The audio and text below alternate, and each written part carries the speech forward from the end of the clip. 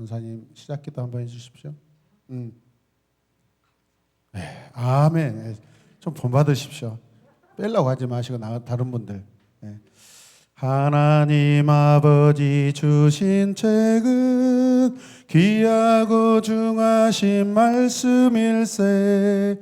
기쁘고 반가운 말씀 중에 날 사랑한단 말 참 좋도다. 주께서 나를 사랑하니 즐겁고도 즐겁도다. 주께서 나를 사랑하니 나는 참 기쁘다.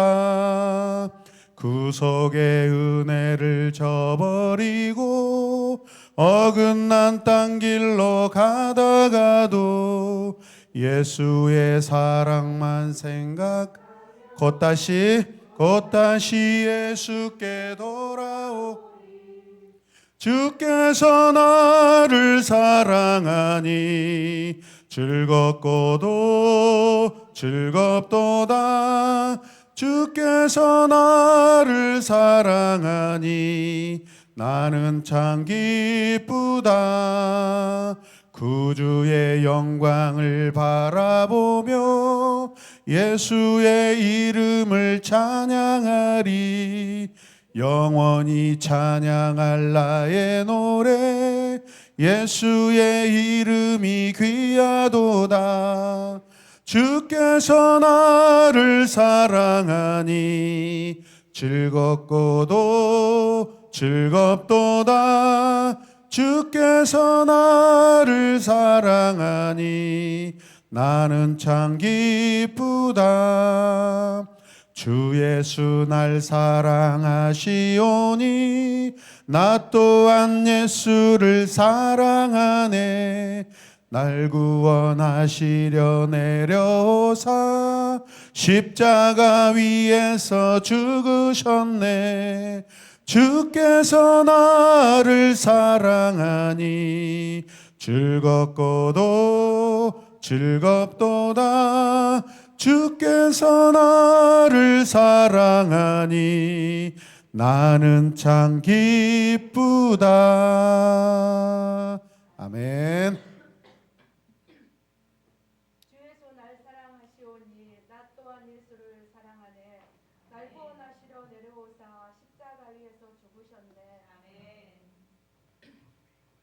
주께서 나를 사랑하시니 즐겁고도 즐겁도다. 주께서 나를 사랑하니 나는 참 기쁘다. 사랑의 하나님 아버지, 우리가 이렇게 이 시간 주님의 크신 사랑에 신앙 고백을 합니다. 우리는 다 제 길에서 제 일을 행하다가 또 이 시간에 하나님 아버지의 뜻을 구하고자 한 자리에 모였습니다. 하나님, 저희가 교리 대학을 시작하는 첫날입니다. 이 아버지의 말씀을 통해서 우리가 진리의 굳건한 믿음이 반석이 되어서 우리의 삶이 그리스도 앞에서 단단해지게 하시고 또 그리스도를 아는 분별력을 허락하여 주시옵소서.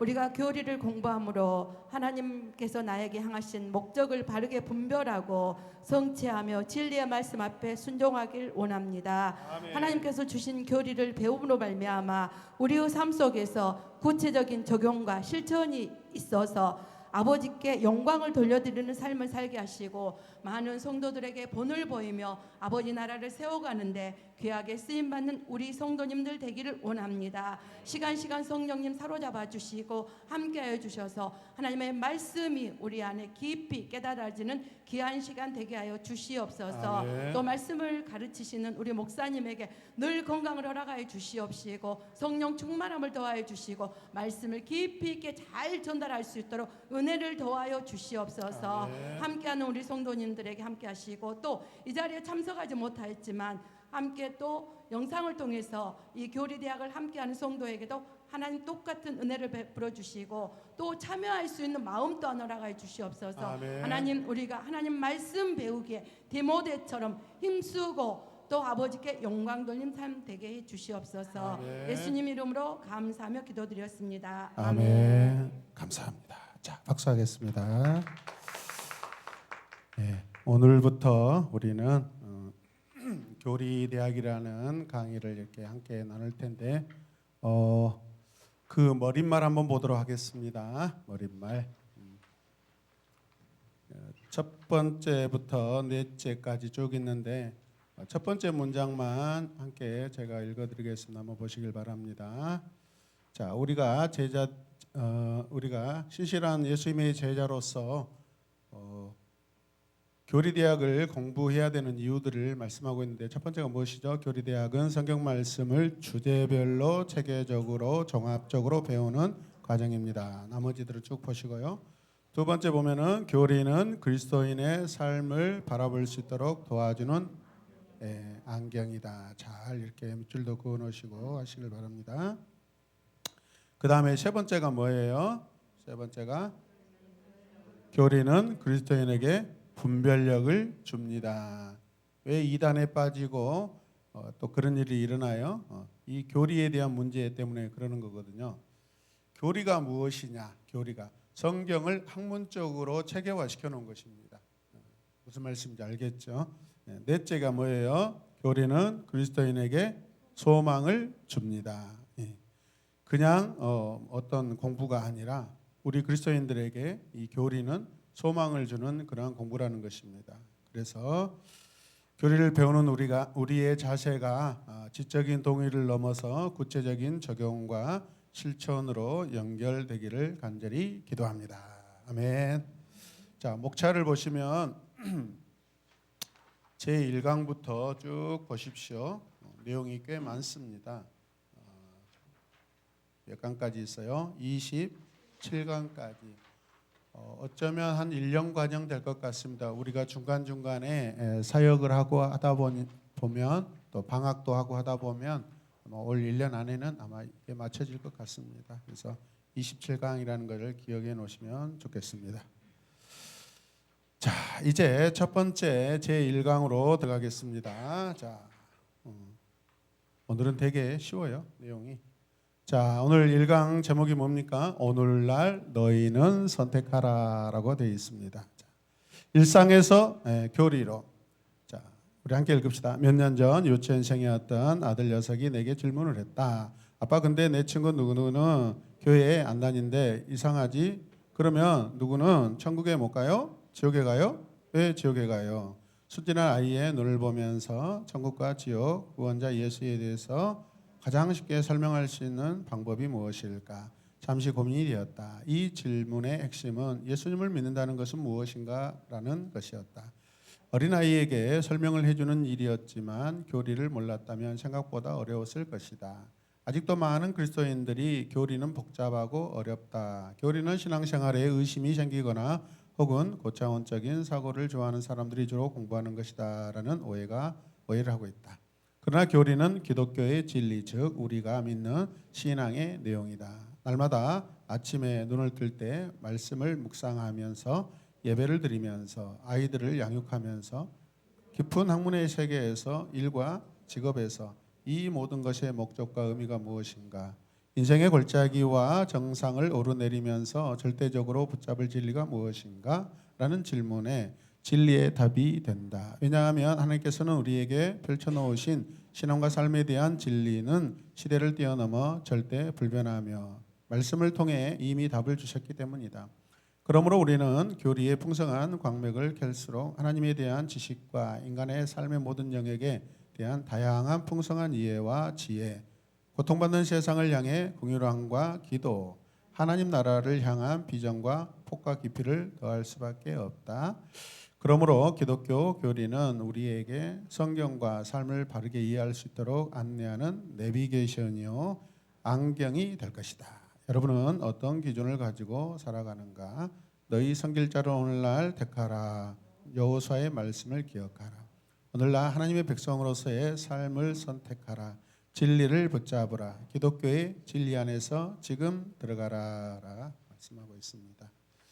그렇습니다. 우리가 예를 들어서 여기서 성경을 보는 안경, 이게 어쩌면 교리 체계라고 말씀하고 있죠. 우리가 빨간 색안경을 끼면은 세상은 무슨 색으로 보여요? 빨간색으로. 파란색은 파란색으로 보이고 또 검정 색안경을 끼면 온 세상이 다 까맣게 보인다라는 것이죠. 그래서 우리가 어떤 안경을 쓰는 것이 중요한가? 하나님께서 우리에게 허락하신 안경을 끼면 되는 것입니다. 투명하고 맑고 깨끗하고 왜곡되지 아니하고, 그렇죠? 정확한 거리를 정확하게 보여주고 이렇게 안내해주는 그런 안경을 쓰는 것이 가장 좋은 안경이다라는 것이죠. 이해되십니까? 자, 중심 성경 구절 같이 읽을까요? 자, 베드로후서 3장 18절 시작. 오직 우리 주 곧 구주 예수 그리스도의 은혜와 그를 아는 지식에서 자라가라. 영광이 이제와 영원한 날까지 그에게 있을지어다. 그 다음에 여호수아 24장 15절. 만일 여호와를 섬기는 것이 너희에게 좋지 않게 보이거든 너희 조상들이 강 저쪽에서 섬기던 신들이든지 또는 너희가 거주하는 땅에 있는 아모리 족속의 신들이든지 너희가 섬길 자를 오늘 택하라. 오직 나와 내 집은 여호와를 섬기겠노라 하니. 아멘. 여호수아 말씀을 보면 여호수아가 뭐라고 해요? 강 이쪽 저쪽을 이렇게 말을 합니다. 요단강을 건너기 전과 건넌 후에 이 땅을 구분하고 있는 것이죠. 그러니까 결국은 뭐죠? 40여 년 동안 이스라엘 백성들, 자기 조상들, 자기 부모님들이 그 잘못된 지식과 잘못된 관계를 통해서 하나님께 온전히 인도함을, 하나님은 인도하시기 원하는데 하나님이 인도하신 대로 그들이 온전히 따라오지 못했다라는 것이죠. 마치 그들의 하나님께 대한 신앙에 대한 그런 잘못된 안경을 끼고 있었다라고 우리가 말할 수도 있습니다. 자, 핵심 목표. 자, 모든 진리의 근원 대신 뭘요? 하나님을 인정한다. 교리는 단순한 그런 공부가 아닙니다, 여러분. 반드시 하나님의 전제 조건입니다. 자, 주권자 되신 하나님을 겸손한 마음과 지성으로 배워나가길 소망합니다. 자, 배울 내용. 자, 첫 번째가 뭐예요? 교리에 대한 오해. 또 교리는 무엇인가? 교리를 왜 배워야 하는가? 교리의 필요성을 우리가 배우게 될 것이고, 신앙생활에 있어서 교리의 위치가 어디인가? 또 어떤 자세와 방법으로 공부해야 하는가? 성경에 중요 8대 교리가 있다라는 것이죠. 이런 차원에서 우리가 젖먹이, 어린아이 같은 그리스도인들이 이 교리를 어떻게 이야기하냐면 뭐라고 해요? 예수님만 믿으면 되지, 교회 가서 설교 들으면 되지, 머리 복잡하게 뭘 그렇게 생각할까? 그냥 믿어. 그런데 제자로 살아가는 그리스도인들은 뭐라고 고백해야 돼요?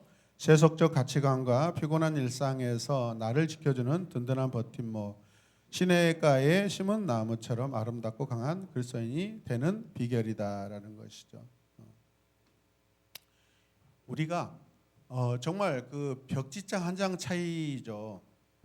교리에 대한 이해 때문에요, 성도들이 여러분 완전히 마치 흙과 벽으로 나뉘어 버리는 것처럼 굉장히 심합니다, 여러분. 굉장히 심합니다. 우리의 신앙들도 마찬가지, 여러분들의 신앙들도 마찬가지입니다, 여러분. 어떤 주제에 대해서, 성경적 주제에 대해서, 신학적 주제에 대해서, 신앙적 주제에 대해서 명쾌하지 않으면 평생 동안 여러분 궁금증으로 가슴에 껴안고 살다가 여러분 하나님 나라 가는 거예요. 그 인생이 얼마나 답답하겠어요? 그래서 오늘 이 그 책의 부제목이 뭐예요? 명쾌하다라는 그런 내용을 말씀하고 있어요. 이해되시죠? 우리가 공부를 통해서, 교리 공부를 통해서 하나님과의 관계에서 명쾌한 그런 관계가 되기를 주님의 이름으로 축복합니다. 네, 자, 그 다음에 교리에 대한 오해가 있습니다. 교리에 대한 오해. 교리에 대한 오해가 있는데, 자, 첫 번째 가가 뭐냐면 뭐예요? 무용지물론이라는 거예요. 무용지물론. 교리는 아무런 유익을 주지 않는다라는 거예요. 교리에 대한 그런 관심이 없는 거죠. 우리 인생이요, 아침에 일어나서 저녁에 잠잘 때까지 우리는 수많은 다양한 행위를 합니다. 행동을 합니다. 주제들이 굉장히 나눠져 있습니다. 그냥 아침에 일어나 저녁에 아무런 생각 없이 그냥 살다 가는 게 아니라 시간대별로 또 어떤 장소에서 어떤 환경에서 반드시 그 환경과 시간과 거기에 맞는 우리가 행위가 필요해요. 행위가 필요합니다. 규칙이 필요합니다. 규칙이. 네, 건강한 규칙이죠. 잘못된 규칙을 적용하며 사는 사람도 있지만은 건강하고 명쾌하고 깨끗한 규칙을 가지고 사는 사람은요 쉽습니다. 쉽습니다. 저를 보십시오. 뭐 고민한 거 있는 거. 저 고민이 없어요. 고민이. 저는 고민 없이 삽니다. 아무 때나 방바닥에 누우고 뭐 흙바닥에 누워도 그냥 머리 붙이면 이제 바로 바로 사운드가 나옵니다. 근데 땅에서 자면 감기 걸리지 않을까? 몸이 어쩔까? 여기 집도 아니고 방도 아닌데 과연 잠을 자면 괜찮은가? 저는 고민하지 않습니다. 그냥 환경에 잘 적응합니다. 그만큼 제 안에 그것들을 해석하고 적용할 수 있는 뭐예요? 내 삶의 교리들이 굉장히 잘 있기 때문에 있습니까? 예. 자, 이 기독교 교리를 악화시키는 시대의 어떤 사상들이 있었는데 이 상대주의라는 어떤 사상들이 있습니다. 절대적인 것은 존재하지 않는데 진리도 상대적이라고 보는 관점이 있습니다. 진리에 대한 다양한 그런 가설만 인정하고 있어요. 우리는 상대주의가 아닙니다. 우리는 전체주의입니다. 전체주의. 세속주의라는 것이 있죠. 이 세상에 존재하는 모든 것, 세상을 그냥 단지 악으로만 바라버리는 거죠. 세속. 그렇다면 우리가 왜 전도해야 돼요? 그냥 망하게 냅둬 버리지. 세속주의는 나와 무슨 상관이 있어요? 우리도 그리스도 밖에 있을 때는 세속적인 장소에서 살았던 사람들입니다. 어때요? 그러면 우리가 구원받은 것은 딱 받은 것을 끝나고 멈추고 이후에 내 삶에 밖에 있는 사람들은 여러분 그런 그 아름다운 하나님의 은혜의 적용을 받지 않아도 되는 것입니까? 아닙니다. 그냥 우리는 너무 흑백 논리로 세상, 기독교, 신앙 너무 두 가지의 흑백 논리 잣대로 이 세상을 바라봐서는 안 된다는 것입니다. 이스라엘 백성들이 뭐 실수 많고 죄를 많이 지었지만은 그 죄대로 심판을 했지만은 여러분 결국에 하나님의 가장 큰 목적은 그들과 함께 영원한 하나님 나라에 들어가는 것입니다. 하나님 나라를 이루어가는 것입니다. 있습니까? 하나님께서 원하시는 나라를 세우고 그 나라를 통하여서 망가졌던 이 온 우주 세계를 치료하시고 회복시키는 목적이 있습니다. 여러분. 그냥 우리는 그냥 죄로 그냥 다 치부해버리고 손가락질하고 정죄하고 끝내서는 안 된다는 거죠. 그럼 우리가 이 땅에 사는 목적이 없어요. 구원받고 우리가 계속해서 이 땅에 살 이유가 없어요. 구원받고 바로 그냥 하늘로 올라가야 돼요. 여러분. 이해되십니까? 그 다음에 인본주의라는 우리가 잘 알죠. 인간의 중심적인 그런 사상에 매여 있는 것입니다. 또 물질주의. 모든 삶의 의미와 가치를 물질에 그냥 한해서 물질의 한계에 그냥 놓고 모든 것을 판단하는 그런 부분들이죠. 실용주의.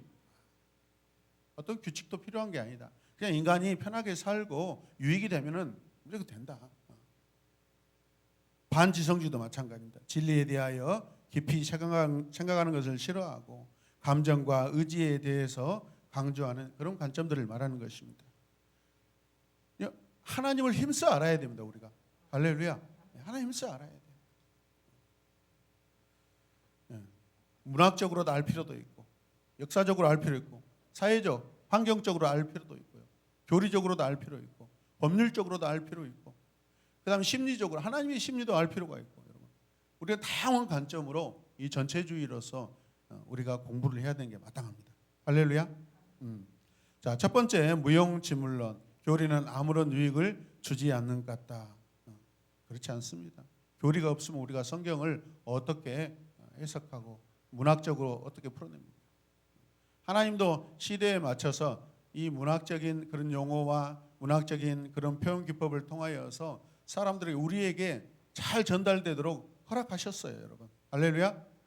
자, 두 번째는 뭐죠? 기피론입니다. 기피론.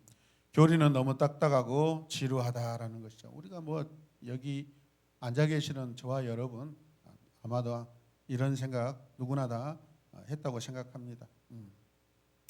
그냥 크게 뭐 굵직굵직한 주제로만 알면 되지 뭘 그렇게 알 필요가 있냐라는 것이죠. 그 다음에 다가 뭐냐면 실종론입니다. 교리를 너무 잘 알고 있는데 삶은 엉망이다. 신앙과 삶이 일치되지 않는 것. 너무 많이 알면 또 우리가 그 올무에 걸려 넘어질 수 있다라고 그렇게 말하는 분들도 있습니다. 우리 순천에 계신 안병철 목사님이 늘 한 번씩 이야기하시죠. 우리 신학교 때 신학교 신대원 3년을 지나면은요 한 20%는 걸러집니다. 20%. 입학생의 20%에서 30%가 걸러집니다. 첫 번째 걸러지는 시간이 개학하기 한 달 전에 히브리 헬라어 원어를 공부하는 그 시간들이 있습니다. 기숙사에 들어가서 공부를 하거든요. 그때 많은 지원자들이 거기서 걸러집니다. 왜냐하면 너무 어렵거든요. 그래서 정작 신대원 신학책 읽어보기도 전에 원어 공부하다가 거기서 한 10% 떨어집니다. 그리고 1년, 1학년, 2학년, 3학년 중간에 왜 떨어지냐?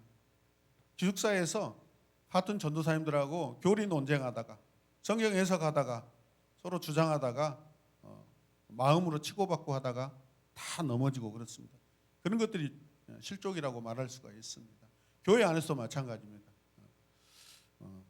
우리가 어떤 성경의 주제에 대해서 신앙의 주제에 대해서 이야기를 하다가 우리가 넘어지는 경우가 많습니다. 우리가 완전하지는 않죠. 우리도 계속해서 공부하고 알아가는, 저도 실수하고 성경 인용하다 실수하고 성경 해석적인 그런 관점에서 또 제가 또 실수하는 부분들도 있고 많습니다, 여러분. 많습니다. 근데 그게 전부가 아니잖아요, 사실은. 일부러 그렇게 하는 것도 아니고. 우리가 공부하려고 노력하고 더 나은 것을 알리다가 그런 이렇게 오류를 범하기도 하고 넘어지기도 합니다, 여러분. 근데 그게 전제가 아니에요, 여러분. 그것까지 우리가 서로가 넘어지고 하는 것은 어떤 우스운 일이죠. 믿습니까? 자, 그 다음에 불균형론이라고 있습니다. 불균형론. 교리를 통해 너무 지적인 면만 강조하는 것 아닌가. 지식으로만 가는 게 아닌가. 그런데 어때요? 교리도 마찬가지입니다. 성경도 마찬가지입니다. 신앙도 마찬가지입니다. 우리가 하나님을 사랑하고 하나님과의 관계 증진을 위해서 이걸 하는 것입니다, 여러분. 있습니까? 네. 그 다음에 그게 두 번째로 자 주제가 뭡니까? 교리란 무엇인가? 자 정의를 한번 읽어주시길 바랍니다.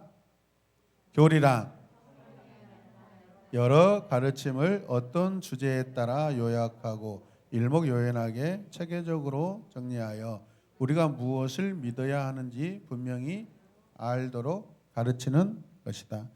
여러분 정상적인 기독교인과 이단들의 차이가 어디서 생길까요?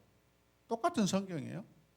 물론 어떤 이단들은 성경도 일부분들을 자기들의 관점으로 바꾸어 가지고 인쇄해서 쓰기도 합니다. 그런데 뭐 예를 들어 신천지 우리가 보는 성경 똑같이 보고 있습니다. 성경을 똑같이 봐요. 그러면 차이가 뭐죠? 교리 해석입니다. 교리 해석. 그래서 중요합니다. 자, 우리 장로교 정상적인 교회를 다니면서도요, 이 교리에 관하여 이해하는 관점도요, 이단들과 비슷한 분들이 많습니다, 여러분. 그것은 우리가 공부하지 않았기 때문에 발생하는 일이라고 생각합니다. 그래서 오늘은 우리가 1년 동안 아마도 이 바인더 교재를 가지고 공부하지만은 좋은 책들이 있으면 한 주제에 대해서 깊은 그런 내용들을 다양하게 공부해야 될 필요성이 반드시 있습니다. 할렐루야. 네. 자, 그 다음에 크게 세 번째, 자 가겠습니다. 자 같이 읽을까요? 교리를 왜 배워야 하는가? 교리의 필요성, 성경적 근거들. 자, 1 읽어주십시오. 모든 그리스도인들은 하나님을 아는 일에 부름을 받았기 때문이다. 예. 하나님을 알지 못하고 우리가 어떻게 하나님을 믿는다 할 수 있겠냐 이 말이죠. 그게 대표적인 게 뭐예요? 출애굽해가지고 금송아지 사건들 아닙니까? 네. 창세기 1장 1절 태초에 하나님이 천지를 창조하시니라. 태초가 언젠가? 하나님이 누구신가? 천지는 무엇을 말하고 있는가? 창조라는 것은 무엇인가? 창조의 범위는 무엇인가? 돌아오는 주일날 신앙교회에서 청년들이 우종학 교수라고, 아마 그래도 우리나라에서 서울대학교 물리학부 교수님인데, 신학과 과학을 가장 우리 합동교단 교회를 출석하고 있는 분입니다. 가장 신학과 과학을 잘 이렇게 버무려서 잘 이해시켜주는, 알려주는 대표적인 분이십니다. 근데 요즘에 논쟁이 큽니다. 그분 때문에 기존의 목회자들이 굉장히 그분이 올려놓은 게시물에 댓글을 달면서 막 공격하고, 그런데 잘 알지 못하고 그래요. 분명히 그분이 어떤 창조에 관한 이야기들을 주제별로 창조론에 대한, 다양한 창조론에 대한 그런 관점들을 올려놓고 분명히 설명을, 정의를 해놨는데, 반박하신 분을 보면은 그 내용을 이해를 못하고 개념 정리를 못하고 반박하고 있어요. 개념 정리가 중요해요. 개념 정리를 잘 해놓은 게 바로 이 교리와 똑같은 거예요. 개념 정리라는 것이. 개념 정리. 저와 여러분의 관계, 개념 정리 필요해요, 안 필요해요? 필요합니다. 옆에 계시는 서로 집사님들끼리의 관계, 개념 정리 반드시 필요합니다. 있어야 됩니다. 가족 안에서 관계, 개념 정리 필요합니다. 부부관계 마찬가지죠. 부모님 관계 마찬가지입니다. 사회생활에서 마찬가지입니다. 기본적인 이런 개념 정리가 반드시 필요합니다. 그게 우리 성경 신학 교리와 똑같은 것입니다. 그게 잘 안 됐을 때 혼자 오해 삶을 살기 시작합니다. 딴 나라의 신앙생활을 하는 거예요. 교회는 여기 다니는데 다른 세상에 살고 있어요. 그럼 어때요? 자기가 섬기는 교회에 마음이 없어요. 이제 이게 문제가 생기게 뭐냐면 교회론이 이제 문제가 생기기 시작합니다. 하나님과의 관계가 잘못되면은 모든 관점에서, 관계에서 다 어그러지게 돼 있어요, 여러분. 건강한 그리스도인들은요, 동서남북 전방위적인 리더십이 다 좋습니다. 이해되십니까? 할렐루야. 네. 자, 그래서 자 보시면 칼빈은 우리 장로교, 우리 개신교 종교 개혁자죠. 자, 교리란 같이 읽읍시다. 성경을 올바르게 읽을 수 있는 안경과 같으며, 성경이 서로 아무 연관성이 없는 이야기 같아 보인다 하더라도 성경에 통일된 가치관을 제공한다고 말한다. 예. 하나님은 성경을 목적을 가지고 기록하셨어요. 그런 주제들을 상세하게 브런치별로, 주제별로, 항목별로 다 이렇게 정리해 놓은 게 교리예요, 교리. 자, 세 번째. 자, 그래서 자, 거기 써놓으십시오. 성경은 교리의 출발점이다. 성경은 교리의 출발점이다.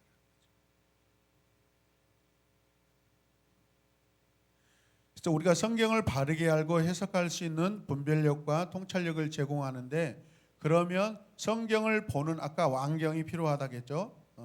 굴절되지 않고 깨끗하고 투명한, 그대로 볼 수 있는, 성경을 그대로 볼 수 있는, 그대로 본다는 건 뭐죠? 기록자의 의도를 그대로 파악할 수 있는, 허락하신 하나님의 그 마음과 생각을 그대로 바라볼 수 있는 안경이 필요해요. 자, 세 번째 함께 읽겠습니다. 올바른 태도로 교리를 배우는 것은 신앙생활을 효율적이고 풍요롭게 할 수 있도록 해준다라는 것이죠.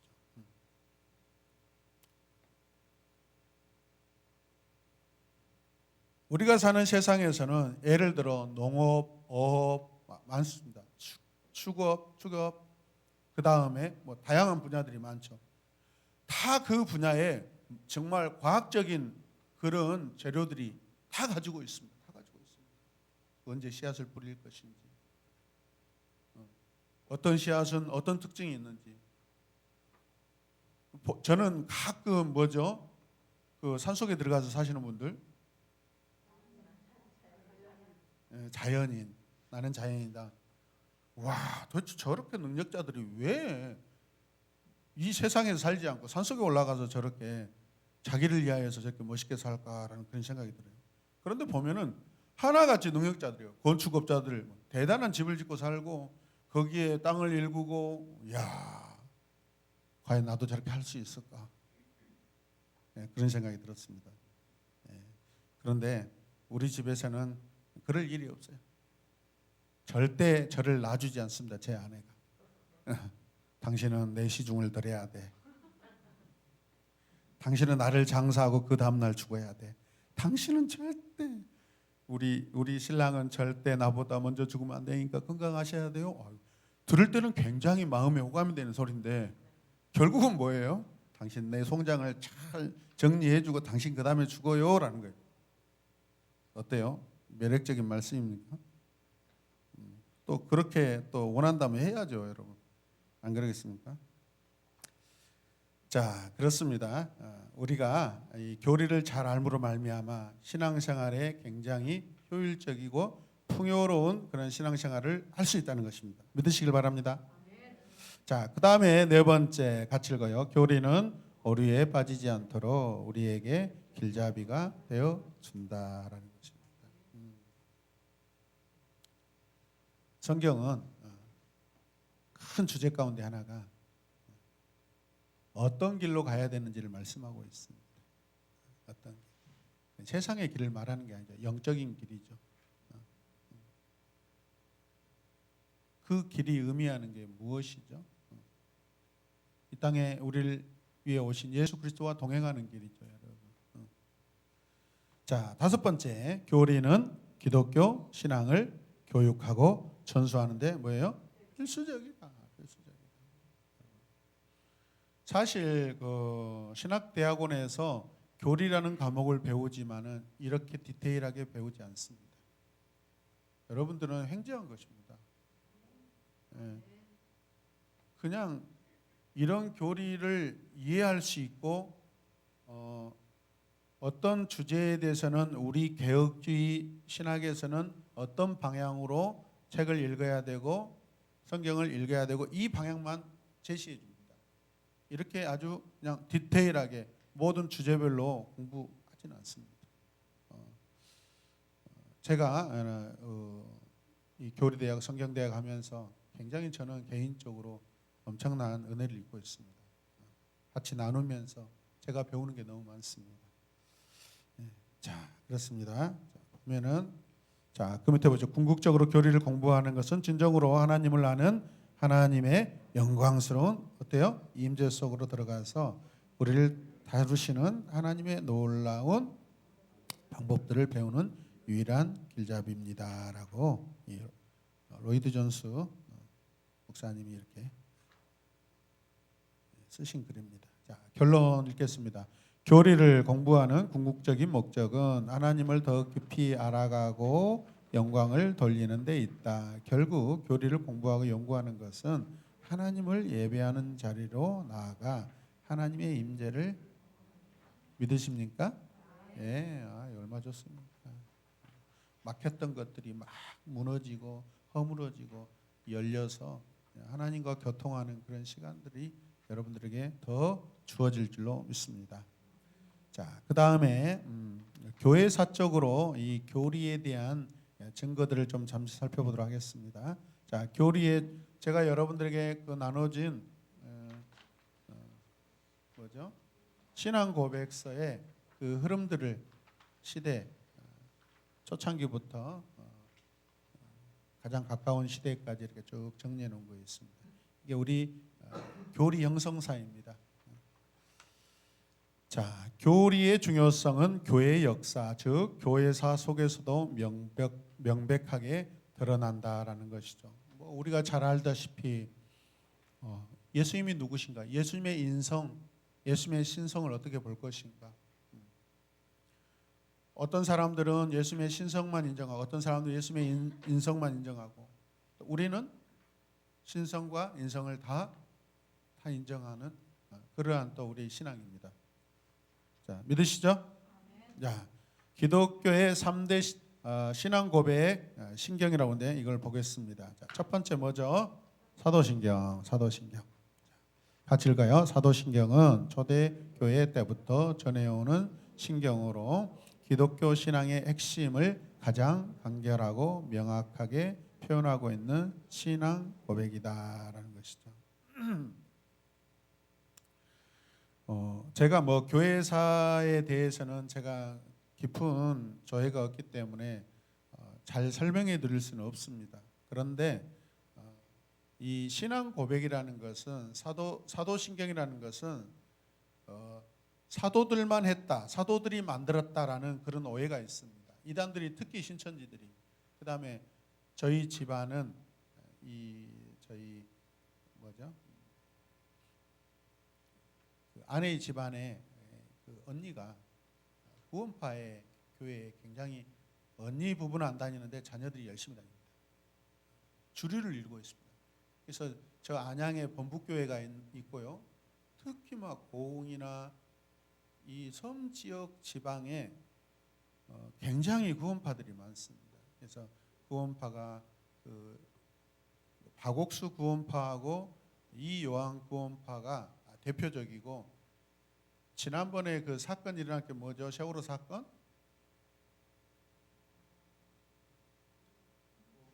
예, 거기 그 유병헌 거기 이 세 파들이 가장 이렇게 왕성한 그런 구원파 조직들입니다. 조직들입니다. 그래서 지난주도 이렇게 그 뭐죠? 금요일 날 장인어른 추도 예배를 제가 이렇게 인도했는데 그래도 신기해요. 어머니 권사님이 이렇게 예배를 드리자고 그러니까 다 와서 드려요. 아주 예배 장소는 잘 앉아 있고 아주 거룩하게 보입니다. 그런데 신앙 고백을 안 합니다. 의도적으로 안 합니다. 어렸을 때는 물어보기도 하더라고요. 저에게. 사도들이 만들어 놓은 것이 사도신경이 아니에요. 사도들도 고백했고, 사도들이 고백하기 전에 누가 고백했어요? 예수님께서 하나님께 대한 고백, 예수님과 하나님과의 관계, 이것들을 초대교회의 모든 제자들과 사도들과 그 위에 계속된 제자들, 오늘 이 시대에 우리까지 오면서 그냥 기독교인이라면, 건강한 기독교인이라면, 하나님을 사랑한 자라면, 예수님을 사랑한 자라면 누구나 큰 부류로 그런데 이단들은 사도들이 만들지 않았다라고 그렇게 공격합니다. 어리석은 거죠. 그러니까 개념 정리가 안 된 거예요, 여러분. 얼마나 어리석습니까? 그게 사도신경, 사도가 만들지도 않았는데 저 장로교들은 그냥 사도들이 만들었다고 그것을 하고 있다. 예수님이 만든 것을 믿어야 되는데 사도들이 만든 걸 믿고 있다라고 그렇게 막 폄훼하고 오해하고 있습니다. 이해되십니까? 자, 그 다음에 두 번째 보면은 거기에 보면 니케아 신경이라고 있습니다. 한번 읽어주실래요?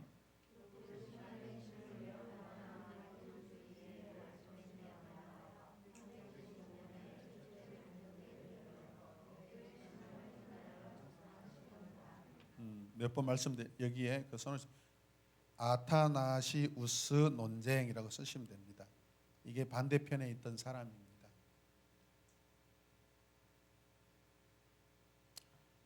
거의 이 사람의 주장이 관철될 거의 막바지까지 갔는데 뒤집힙니다. 저는 하나님의 은혜라고 생각합니다. 자, 거기 밑에 보니 아다나시우스 신경이라고 있는데, 자 보십시오. 교부 아다나시우스가 한 분 하나님 안에 세 위격이 삼위일체로 계시다는 것과 한 분 그리스도 안에 두 본성이 있다는 것에 대한 교회의 변함없는 신앙을 표현하여 작성된 신경이다. 그러면 문제는 누구예요? 아리우스예요? 아다나시우스예요? 아리우스죠. 아리우스 논쟁이라는. 잘 보세요. 자, 한 분 하나님 안에 세 위격이 있다. 삼위일체에 대한 부분들을 가지고 당시에 논쟁이 일어난 것입니다. 삼위일체를 여러분 학문적으로 설명할 수 있을까요? 학문적으로 물론 우리는 지금 현재 지식의 어떤 그 수준들이 많이 올라가 가지고 그 신학적인 어떤 그런 학문의 고백의 그 부분들이 많이 올라가서 이 부분들이 잘 정립되어 있다고 보지만은, 그런데 이것을 학문으로만 증거되는 것이 아닙니다. 하나님을 만나지 않으면 삼위일체에 대해서 도저히 이해가 안 되는 것입니다. 경험이 안 되면은 그냥 이론과 학문으로서 맞네 그럴 뿐이지, 하나님 아버지와 성자 예수님, 성령님이 경험되지 않으면 이걸 어떻게 우리가 고백할 수 있겠냐고요. 그래서 이론적으로 학문적으로는 반박하고, 그죠? 논증 잘하고, 그러면은 논단법을 잘 이용한 사람들은 마치 철학자들처럼 A에서 B, C, D, A는 D다. 그러나 그 안에 B와 C의 이 결과를 봤을 때 결국은 결론이 무엇이냐? 가장 가운데 있는 뭐 E가 될 수 있다. 이런 식으로 논리로 이렇게 증명해 버리면 우리 같이 논리에 약한 사람들은 그렇구나라고,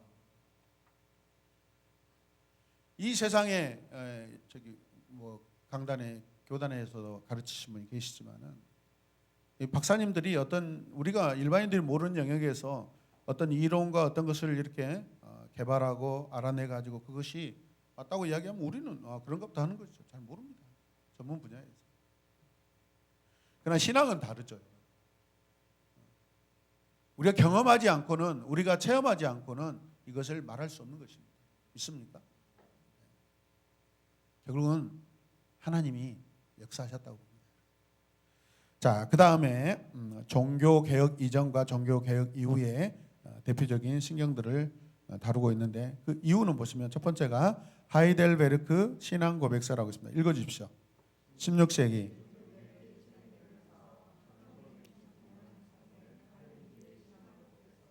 네.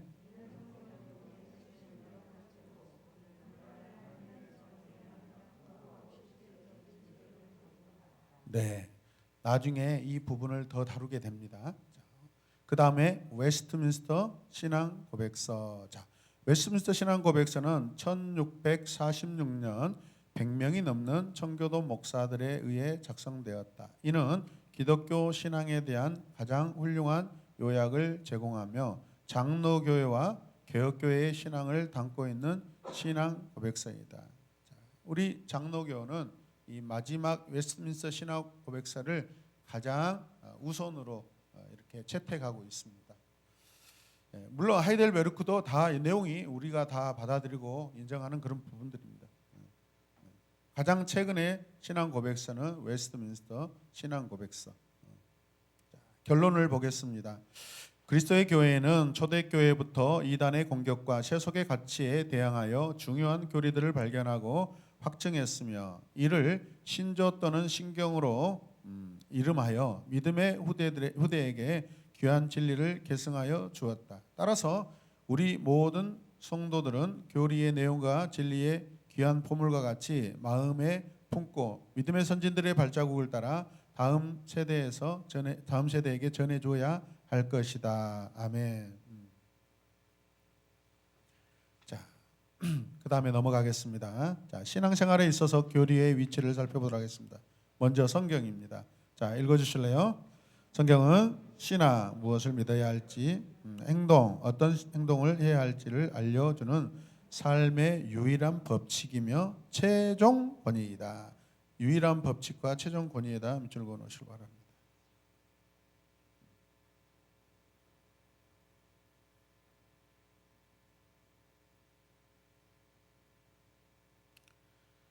자, 이 성경을 읽으면서 그 안에서 하나님께서 우리에게 허락하신 신앙의 지식과 신앙의 고백들을 우리가 알아내고 그것을 잘 요약해서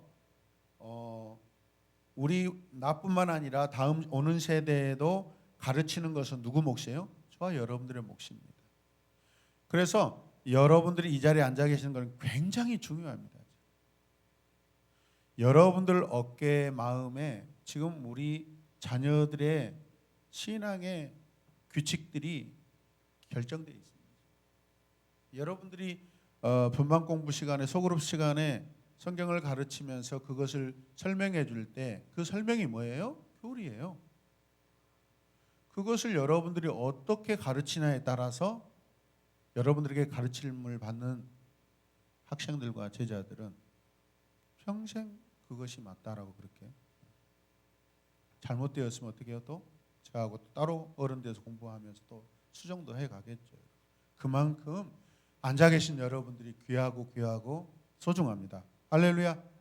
네. 그래서 집에서 부모들이 이런 교리를 잘 논리적으로 잘 이렇게 합리적으로 또 객관적으로 또 주관적인 것이 필요하면 주관적으로 잘 설명해주고 선을 잘 그어주면 이 자녀들이 신앙에 갈등 없이 잘 자라갑니다. 고민 없이 잘 자라갑니다. 굉장히 명쾌하게 살아갑니다, 여러분. 할렐루야. 근데 저도 최근에 놀란 적이 많아요. 가끔 우리 자녀들이 어떤 주제에 대해서 막 물어보거든요. 분명히 가르쳐 주었는데 물어볼 때가 있어요. 그럴 때만 이게 지속적으로 반복적으로 교육이 필요하다라고 많이 느끼고 있습니다. 아멘. 자, 다 교리하겠습니다. 교리. 자, 읽을까요? 교리는 성경 해석의 중요한 열쇠이며 우리 삶의 체험을 검증하고 해석하는 데 중요한 역할을 한다라는 것입니다. 자, 그래서 이 교리는요, 성경을 아주 독단적이고 독소적이고 지나치게 권위적으로 성경 해석을 하지 않도록 그런 울타리를 제공합니다. 네, 어서 오십시오. 네.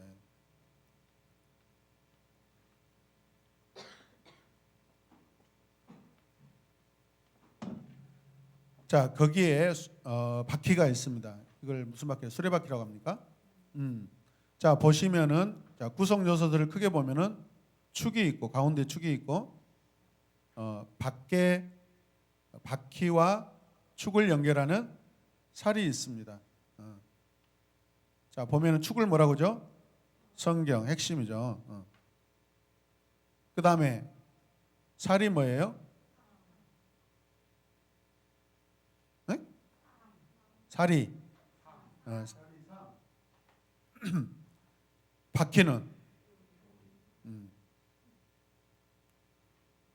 그래서 이 각자의 삶을 잘 살아낼 수 있도록 풍성한 이 방법들을 제공하는 게 뭐예요? 교리죠, 교리. 삶을 풍성하게 살아낼 수 있도록 제공해 주는 게 뭐다? 안내해 주는 게 교리라는 거죠. 신앙의 삶을. 이해되십니까? 네. 이거는 나누어질 수 없습니다. 이거는 그냥 하나입니다. 하나. 자, 그 다음에 어떤 자세와 방법으로 우리가 공부해야 하는가? 자, 첫 번째 먼저 목표를 분명히 하라. 자, 교리 공부를 하는 것은 지식을 쌓는다거나 자랑하기 위해서 아니라 자신의 영적 갈망을 해소하고 영적 갈망을 해소하시길 바랍니다. 예. 자, 교리를 통해 하나님께 더 가까이 가기를 간절히 바라는 열망으로 가득 차야 합니다. 자, 그것으로 인해 하나님의 주권자 되심을 인정하고 경배와 찬양 영광을 돌리는 데 있다라는 것을 우리가 마음에 잘 새기셨으면 좋겠습니다. 나 읽어주십시오. 성령님께서 눈과 귀와 마음을 열어주시도록 뭐 해야 돼요? 기도해야 돼요. 항상 이렇게 화요일 날 오실 때 하나님 오늘 또 우리 손익 권사님이 또 저를 위해서 우리들을 위해서 기도하신 것처럼 이 시간을 통하여서 나의 영적인 갈증이 해결되고 다쳤던 것들 또 나를 가로막고 있는 어떤 저항체들을 하나씩 이렇게 해결해가는 그러한 축복된 시간 되시길 바랍니다. 이것을 기도하라는 거예요, 여러분. 하나님 오늘도 내 눈을 열어주시고 가르치는 목사님에게도 은혜를 베풀어 주시옵소서. 오늘 이상하게 지금 제가 되게 지금 긴장하네요. 얼굴이 되게 뜨겁습니다.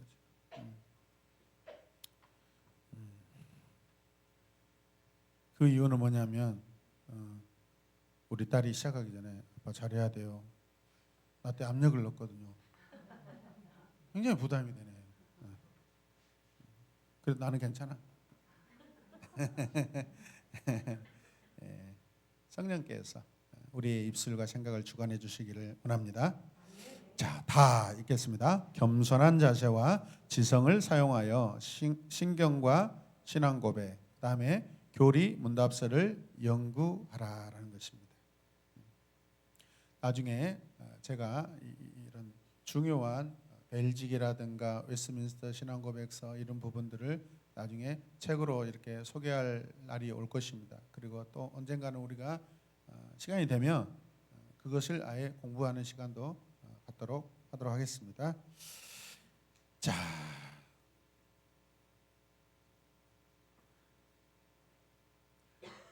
여러분들에게 제가 한번 질문하겠습니다.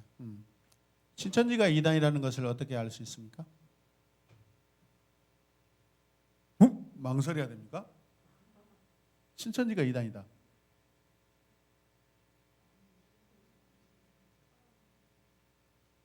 예, 여러 가지 나오죠 지금.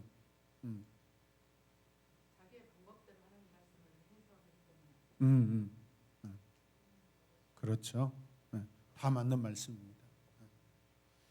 그런데 우리 눈에 보이는 가장 분명한 이단의 모습이 뭐예요?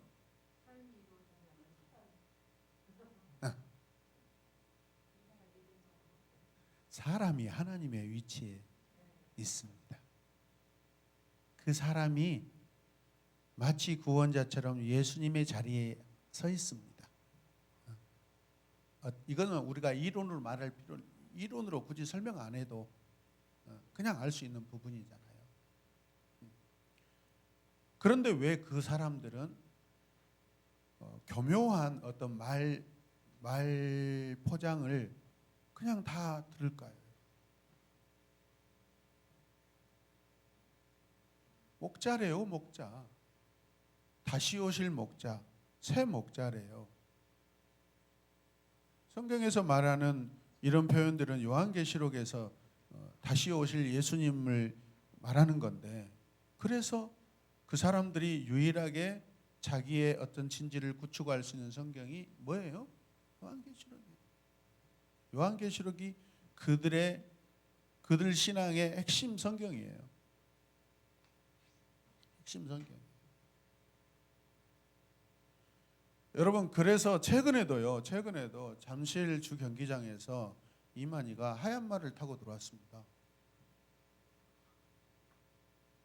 흰 말을 탄 심판자, 구원자. 누구를 지금 보여주려고 그런 거예요? 자기가 예수님이다. 예수님 하얀 말 타신 적 있습니까? 이 땅에 계실 때? 쪼락말 타야지. 차라리 이만희는 쪼락말 타야지. 요한계시록에 하얀 말만 타고 있어요. 겸손이 없어요. 겸손이 없어요. 가평 대저택에서 여러분 그 삶을 보면은 정말 혼잡하기 그지가 없습니다. 그것은 사람들이 구원자라고 어떤 한 종교 집단의 리더다고 이렇게 판단할 수 없는 삶을 살고 있어요. 그런데 왜 사람들은, 보통 사람들이 거기에 그것을 분별하지 못하고 살고 있어요? 이 부분은 또 중간중간 서로 나눠보도록 하겠습니다. 우리 인간은 악합니다. 무식하고 연약합니다. 우리 하나님의 긍휼이 필요한 존재들입니다.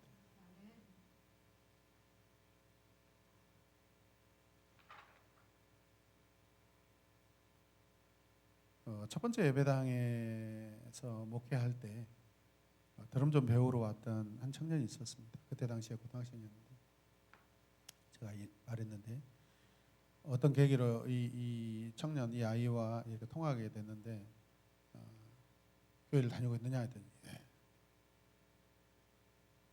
신천지로 옮겼다는 거예요. 부모들도 다 옮기고 진리의 성읍에 들어갔다라는 거예요. 또 어쩌다 그랬냐 했더니 자기는 부모님과 꿈에 그리던 부모님과 그곳에서 교회를 다닌다는 거예요. 제가 속으로 했어요. 걔 엄청 미련하고 멍청하거든요. 제가 속으로 멍청하다 하는 것도 미련하고 멍청하구나.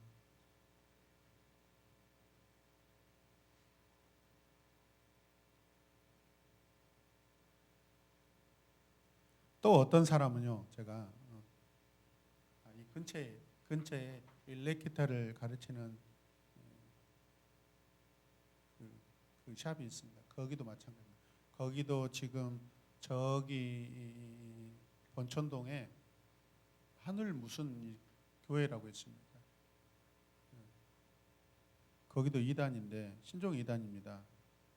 근데 거기에 여자 교주의 딸과 여기 그 기타 레슨해 주는 그 선생님이 부부 관계가 됐더라고요. 그리고 새벽마다 자기가 그 여자 목사님이 마이크 들고 그들만의 찬양을 하면은 영서로 이렇게 써가지고 이렇게 작사 작곡을 한다고 막 그러더라고요. 그래서 미쳐도 단단히 미쳤다. 그리고 결국에는 얘를 후계자로 세우는 계획을 가지고 있다.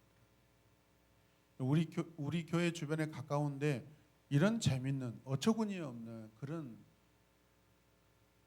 예수님을 믿는다고 그러고 하나님을 믿는다고 그러는데요. 그냥 이거는 도구에 불과해요. 사람이 주인 되어 있고요. 사람이 하나님의 자리에 있고. 자, 이런 것들을 우리가 분별하려면 우리가 교리를 바르게 공부하는 것이 반드시 필요하다고 말씀드리고 싶습니다. 아멘입니까? 그다음에 그러니까 신학적 전통에 관해서 이렇게 우리가 짧게 힌트 주고 있는데 한번 보겠습니다. 자, 자유주의라는 것이 있습니다. 자, 읽어볼까요? 19세기 및 20세기 초여 개신교에서 유행했던 신학적 경향으로 상황에 따라가 중요합니다. 상황에 따라 전통적 교리를 포기하고 세상의 도덕적 가치와 견해를 수용하는 인본주의적 특징을 가리킨다. 상황에 따라 바꿀 수 있다라는 것은 자유가 있다라는 거죠. 자유주의. 우리 장로교 개혁교회에서 가장 조심스러워하는 이 이단 주류가 이 자유주의입니다. 자유주의.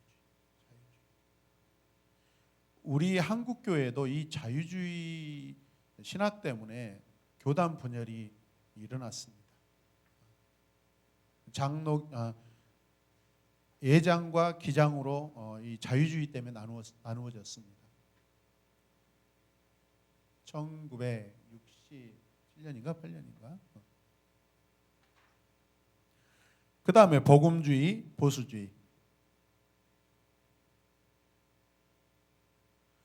자, 복음주의. 자, 읽어보겠습니다. 신학적 자유주의에 맞선 입장으로 영적인 부흥을 존중하고 갈구하는 교파를 초월한 운동이며 성경을 하나님 말씀으로 믿고 구원을 강조하며 선교에 힘쓰는 특징이 있다. 예. 아주 긍정적인 면이 많습니다. 그런데 여기에서 약간 아쉬운 건 뭐냐면 그 복음을 위해서 모든 것을 다 희생시킵니다. 그러니까 약간 균형이 지금 잃어가고 있죠. 예수 복음만 전해주면 다 될 거 아니냐. 우리가 듣기에는 되게 그럴싸합니다, 여러분. 보수주의도 마찬가지입니다.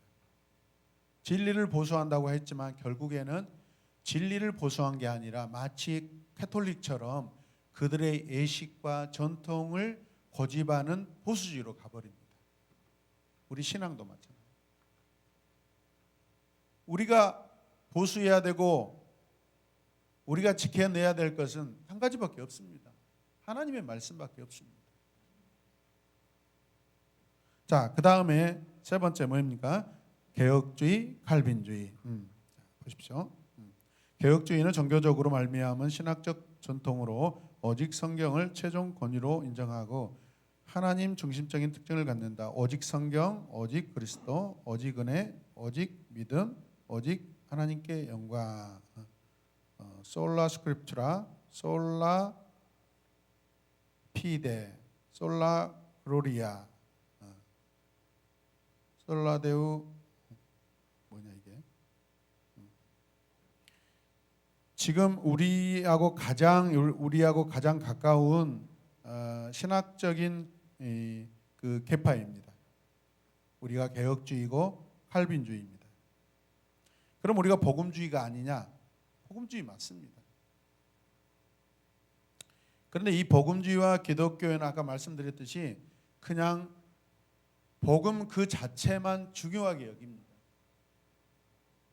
개혁주의는 뭐냐면 성경이 첫 번째고 거기에 플러스 삶이 들어갑니다. 그러니까 복음주의는 여차하면은 성도들 삶 필요 없어. 예수만 있으면 돼. 약간 이런 논리입니다. 지나친 헌신을 요구하는 경우가 있죠. 사람을 희생시킵니다. 개혁주의는 뭐냐면 우리가 지금 기독교 2000년 역사가 지나오고 있는데 우리는 계속해서 그 바른 말씀을 위하여 바른 말씀을 지향하고 오직 성경을 오직 믿음을 계속해서 이것을 위하여 계속해서 시대 변혁시키고 개혁하면서 가야 된다는 거예요. 가만두지 않고. 이해되십니까? 네. 작년에 우리가 했던 신앙의 모습 올해는 달라야 됩니다. 내년에는 더 달라야 돼요. 우리가 믿는 신앙은 그대로이지만 우리의 삶, 성경을 대하는 태도 계속해서 개혁을 시키며 가야 된다는 거죠. 그래서 개혁주의는 계속해서 개혁해야 된다라는 그런 말이 있습니다. 자, 그 다음에 알미니안주의라고 있습니다. 이거는 알미니안주의가 뭐냐면 공로주의를 말하면 쉽게 얘기하면 공로주의입니다. 공로주의. 노력해야 된다는 거죠.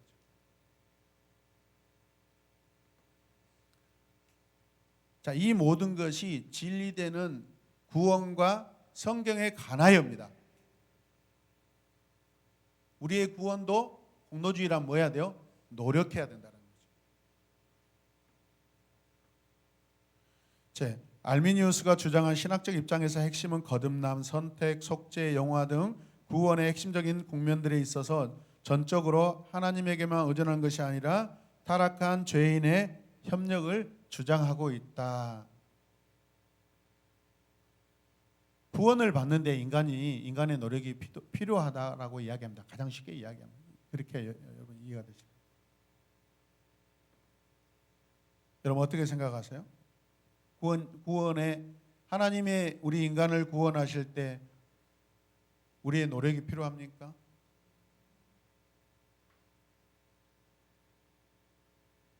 그런 우리에게 구원에 관하여 우리가 협력할 수 있고 영향을 미칠 수 있는 그런 지대한 능력이 있다면 지금 내 모습을 보십시오. 얼마나 연약한가. 절대 그렇지 않습니다. 이러한 부분들이 그 신학의 어떤 주류들이 있습니다. 자, 그 다음에 나중에 이런 부분들을 또 이렇게 집중적으로 다루게 되니까요. 오늘 이 기본만 다루고 가겠습니다. 자, 성경에 중요 8대 교리가 있습니다. 자, 같이 처음부터 읽을까요? 성령론, 신론, 인간론, 기독론, 성령론, 구원론, 교회론, 종말론. 신론은 뭐예요? 그냥 하나님에 관한 것이고, 인간 마찬가지. 기독론은 뭐예요? 예수 그리스도에 관한 것입니다. 자, 성경론은 성경이란 무엇인가? 신론은 하나님 누구시며 무엇을 하셨는가? 창조 계획, 작정, 예정 이런 부분들을 말하겠죠. 그 다음에 인간론은 사람은 어떤 존재인가? 여기에 뭐가 들어가 있냐면 죄론이 들어가 있습니다. 죄론. 범죄, 타락. 그래서 인간에게 뭐가 필요하고 은혜가 필요하고 이 은혜는 어떻게 작동되고 언제까지인가? 하나님의 언약이 여기에 또 연결되어 있고 기독론은 그리스도는 누구시며 무엇을 하셨는가? 예수님의 존재, 예수님이 하신 사역, 예수님의 신분, 예수님의 어떤 속성, 아까 뭐죠? 신성과 인성에 관한 부분들을 또 다루게 됩니다. 나중에. 그 다음에 성령님이 뭐예요? 성령님은 누구시고 무엇을 하셨는가? 성령의 일반 사역, 구원 사역, 성령의 특별 사역, 또 성령이 하시는 성령 세례라는 것은 어떤 것이고 성령 충만은 또 무엇이고 성령의 은사는 또 어떤 것인가? 또 성령의 열매는 또 어떻게 나타나는가? 이게 다 나중에 한 챕터씩 크게 배웁니다. 자, 그 다음에 구원론. 자, 구원이란 무엇인가? 구원의 여정, 구원의 서정이라고 합니다. 그 순서는 어떻게 되어 있는가? 그리고 요즘 현대인들이 가장 민감하게 이렇게 생각하고 있는 구원의 확신. 구원의 확신은 우리가 어떻게 생각해야 되는가? 구원의 확신은 무엇인가? 그 다음에 교회론. 자, 교회란 무엇인가? 교회란 무엇인가? 교회의 본질을 말하는 것입니다. 교회가 제공하는 것이 무엇인가? 은혜의 방편, 은혜의 요소, 교회의 종류, 교회가 가지고 있는 권세, 교회는 사람인가 건물인가? 교회의 사명은 또 무엇인가? 복음 전함, 선교, 교회와 어떤 상관이 있는가? 이런 부분들을 다루게 됩니다. 교회의 목표는 무엇인가? 교회가 뭐예요? 교회가 누구예요? 나죠, 나. 교회가 나다면 뭐예요? 나는 예수의 제자죠. 예수의 제자. 그럼 예수의 제자로 어떻게 만들어질 것인가? 예수의 제자로 어떻게 살아갈 것인가? 이런 부분들. 그리고 종말론. 사람들과 역사의 마지막은 어떻게 되는가? 개인적 종말. 그게 무엇인가? 죽음과 부활. 그게 다룰 것이고. 우주적인 종말. 그 다음에 우주의 멸망. 과연 이것은 무엇이고 언제 이루어지는가? 여기에 인류 역사의 종결이 나타날 것이고 예수님의 재림이 여기에 또 주제로 등장할 것이고 인류의 부활, 최후 심판, 새하늘과 새 땅, 성경이 말하는 그것은 어떤 것이고 무엇을 하는 것인가? 그리고 여기에는 나중에 뭐예요? 이제 천년설이 등장하죠. 천년왕국설이 등장하는데 천년설은 무엇이고 무천년설은 무엇이고 후천년설은 무엇이고 역사적인 뭐 천년설은 무엇이고 이런 천년설에 대해서 나중에 우리가 또 공부를 하게 됩니다. 관심이 많으시면 미리 예습하시면 더 좋습니다. 자, 교리와 함께 살기. 자, 보겠습니다. 여기는 그냥 개인적으로 읽어오시면 되겠습니다. 오늘 집에 가셔서 읽으시길 바랍니다. 시간이 벌써 8시 40분입니다. 오늘은 앞으로 우리가 공부해야 될 전체적인 주제에 대해서 필요성에 대해서 쭉쭉쭉 이렇게 나누었습니다. 이 재료들을 나누었습니다. 이 한 가지 한 가지 이제 재료들을 가지고 우리는 교리 식단에서 어떻게 음식을 하고 맛있게 먹을 것인가, 또 나만 먹을 것인가, 나눠 먹을 것인가, 어떤 맛을 내야 될 것인가, 이런 부분들을 우리가 공부하게 될 것입니다. 할렐루야. 자, 한 2분 동안 정리하시고 개인 발표하도록 하겠습니다. 다시 공부할 테니까 너무 어렵게 생각하지 마십시오. 12쪽. 네. 네.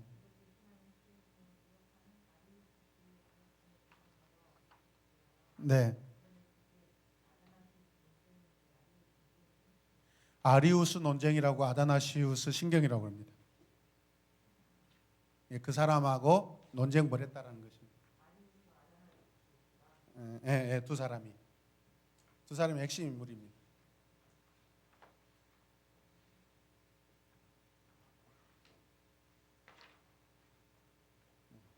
다음 시간에 이 부분들을 조금 더 다루고 가도록 하겠습니다.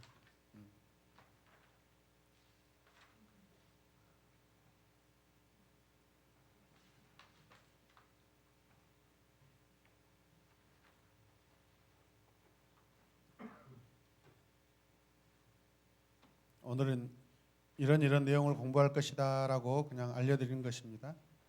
오리엔테이션과 똑같다고 생각하시면 됩니다.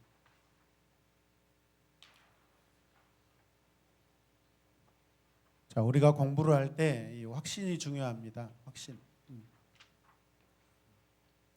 반드시 저와 여러분들은 이 공부를 통하여서 더 신앙이 확장되고 더 든든하게 세워질 줄로 믿습니다. 그리고 넓은 신앙으로 나아갈 줄로 믿습니다. 네, 네. 그것을 확신하시길 바랍니다.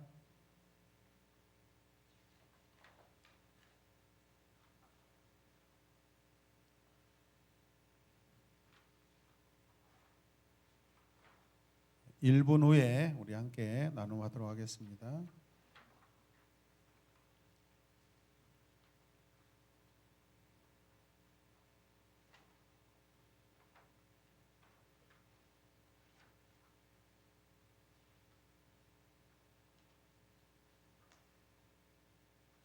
자, 우리 양정무 안수집사님부터 쭉 갈까요?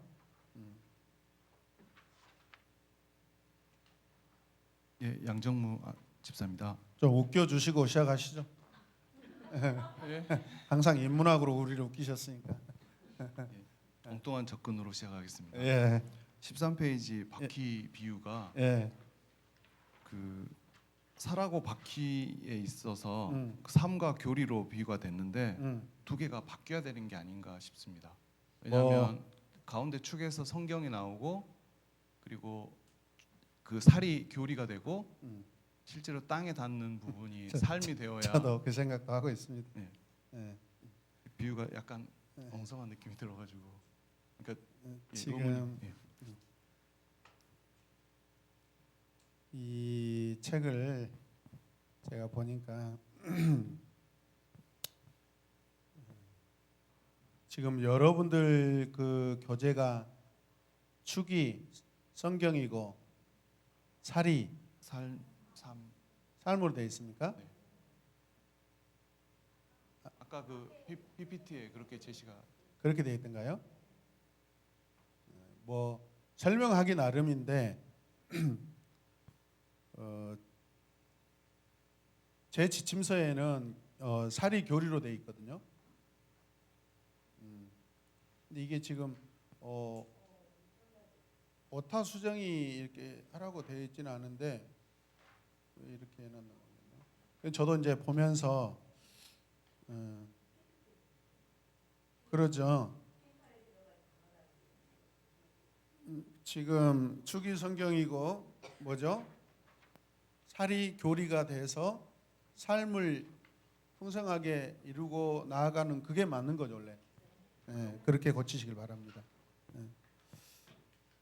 뭐 바꿔도 상관은 없습니다. 어떻게 보면은 우리의 삶을 다양하게 살아갈 때 교리가 이것을 우리를 보호한다 그렇게 설명해도 되는 것이고 뭐 이렇게 설명해도 저렇게 설명해도 사실은 큰 문제는 일어나지 않는데 일단은 저의 이렇게 지침서에는 축이 성경이고 살이 교리고 바퀴가 삶으로 이렇게 되어 있습니다. 그리고 과학에서 예, 그 어떠한 그 완벽한 해설을 이루고 모두가 이게 팩트라고 인정하는 부분은 법칙이라고 정의를 하잖아요. 예, 근데 그보다 낮은 것들이 이론이고 예. 론으로 정리가 되는 건데 여기에서 성경 교리에 이제 성경론으로 끝나는 것들이 이게 아마 성경 법칙이라고 하기에는 뭔가 약간 이렇게 발을 한 발 빼는 듯한 느낌이 좀 있어서 그것을 한번 설명해 보십시오. 왜 그렇게 했는가? 신학자들. 사람이 해서 그러는 거 아닐까요? 우리 목회 세계에서는 그런 이야기를 합니다. 창세기 1장 1절 가지고 설교가 몇 개나 나올까요? 하기 나름이죠. 1000개도 할 수 있고 10,000개도 할 수 있고 억개도 할 수 있는 겁니다. 그거는 뭐죠? 하나님의 말씀이 가지고 있는 그 적용성이나 해석의 어떤 능력이나 이 다양성들은 어마어마하다는 것입니다. 그러니까 그 질문이 어떻게 보면 그 법칙으로 안 하고 논의라는 것은 계속해서 우리가 뭐죠? 확장되고 발전될 수 있는 가능성을 제가 벌써 열어놓은 것 같습니다. 어때요? 맞습니까? 예, 납득이 됐어요. 제가 박사님을 또 두고 그다음에 옆으로 가겠습니다. 네, 최빈나 집사입니다. 네, 집사님으로 이제는 들어오셨습니다. 저는 항상 이렇게 저번에 신학대학도 그렇고 네. 교리대학도 그렇고 참 공부를 시작한다는 게 네. 기분이 좀 좋아지는 네. 것 같아요. 그래서 오늘도 되게 뭐라고 해야 되지? 되게 기대감을 안고 왔습니다. 저는 11페이지에 교리를 왜 배워야 하는가, 성경적 증거들 이걸 보면서 물론 저는 원래 모태 신앙이 아니었고 어렸을 때 할머니와 살면서 이웃집 언니에게 전도를 받아서 할머니 몰래 교회를 몇 번 가본 게 전부였거든요. 그리고 이제 중국에 가면서 이제 한국 사람들을 만나기 위해 이제 교회를 처음 발디딘 거였는데 어찌 보면은 저는 참 감사하게도 성경을 이제 말씀을 전해주시거나 성경이 이렇다, 우리가 이렇기 때문에 하나님을 믿어야 한다 이렇게 말을 했을 때 저는 단 한 번도 왜라는 생각은 들지 않고 아 그렇구나, 그러니까 믿어야 되겠다 이렇게 좀 와닿았던 것 같아요. 근데 이것 또한 하나님께서 모두 기획하시고 하나님께서 저를 불러주셨기 때문에 가능한 일이라는 것을 또 한 번 다시 깨달았고 저의 신앙적 교리를 좀 올바르고 탄탄하게 해서 저의 자녀들에게 올바른 또 신앙을 가르쳐 주기 위해 더 열심히 공부하고 항상 성장해야 되겠다고 결단하였습니다. 아멘. 요즘 우리 하원이가 제가 큐티하는 모습 보면 굉장히 건강하고 예쁜 모습을 계속해서 성장하고 있는 걸 제가 보고 있어요. 제가 보면은 그렇습니다. 이거는 부모님이 성장하기 때문에 자녀도 함께 성장하는 것입니다. 할렐루야. 네, 민계화 집사입니다. 저는 오늘 교리대학을 시작하면서 첫 번째 핵심 목표에서 1번에 모든 진리의 근원 대신 하나님을 인정한다라는 말을 통해서 11페이지 아랫부분 나와 있는 궁극적으로 교리를 공부하는 것은 진정으로 하나님을 아는 하나님의 영광스러운 임재 속으로 들어가서 우리를 다루시는 하나님의 놀라운 방법들을 배우는 유일한 길입니다. 라는 이 말씀을 통해서 하나님께서는 유일신이시고 우리가 그 사이에서 그 이단과 우리의 그 차이점을 이야기했듯이 하나님의 유일신이라는 것을 우리가 분명히 알아야 되는 것이 이 교류의 목적인 것 같고 그리고 모든 이단들 그리고 모든 다른 이 세계의 다른 종교들은 사람이 교주이고 사람이 사람으로 신을 만들어 놓은 것이다. 하지만 하나님께서는 유일하신 신이시다라는 것을 우리가 인정하고 그것을 바로 아는 것이 우리의 신앙의 목적이 되어야 된다는 것을 또 다시 한번 분명히 깨닫고 결단하는 시간이었습니다. 네, 제가 오늘 아침에 잠깐 여행 그 프로그램 하나 봤는데 중국의 서태후가 땅을 파가지고 호수를 만들고 그런가요? 그 흙을 쌓는데 거기에다가 또 사찰을 세웠는데 거기에 특별한 게 뭐냐면 거기 그 부채라는 분의 얼굴이 몇 개라더라? 수십 개더라고요. 저게 왜 저렇게 해놨을까? 뭐 그들이 말하는 자비이겠지만 제 눈에는 사람들이 안 믿으니까 그 부처 얼굴 하나를 안 믿으니까 수십 개의 얼굴을 만들어 놓지 않았을까? 저는 그런 재미있는 생각이 들더라고요. 우리는 하나님의 얼굴도 모르고 우리는 믿는 자들입니다. 예. 이것도 나중에 우리가 이제 풀어가야 될 이제 공부지만은 하나님이 왜 그 형상을 만들지 말라고 말씀하셨는가? 이미지를 왜 안 주시고 인격적 이미지, 관계적 그런 무형의 이미지를 가지고 오히려 있는 이미지보다 더 강력하게 우리를 이끌어 가시는 이거는 놀라운 범위까지 가는 것입니다. 할렐루야. 네, 네 그다음에 하겠습니다. 네, 영명희 집사입니다. 교리를 공부할 때 어떤 자세와 방법으로 공부해야 하는가 13페이지에 목표를 분명히 하라라는 부분에서 교리를 공부하는 것은 지식을 쌓는다거나 자랑하기 위해서가 아니라 자신의 영적 갈망을 해소하고 교리를 통해 하나님께 더 가까이 가기를 간절히 바라는 열망으로 가득 차고 그로 인해 하나님의 주권자 되심을 인정하고 경배와 찬양, 영광을 돌리는 데 있다는 것을 명심하라 라고 하셔서 저의 신앙생활 하는 데 있어서 이런 자세로 하면 될 것 같고 또 이런 공부를 통해서 하나님의 그 주권자 되심을 인정하는 또 그분께 찬양과 영광을 돌리는 부분에 대해서 제 삶이 더 그분 가까이 가는 그런 삶을 되도록 하는데 이 공부가 굉장히 도움이 될 것 같고 아멘. 기대하는 마음이 생겼습니다. 할렐루야. 아멘. 박수하겠습니다. 자, 그다음에 일로 넘어가겠습니다. 우리 김미선 집사님부터 할까요?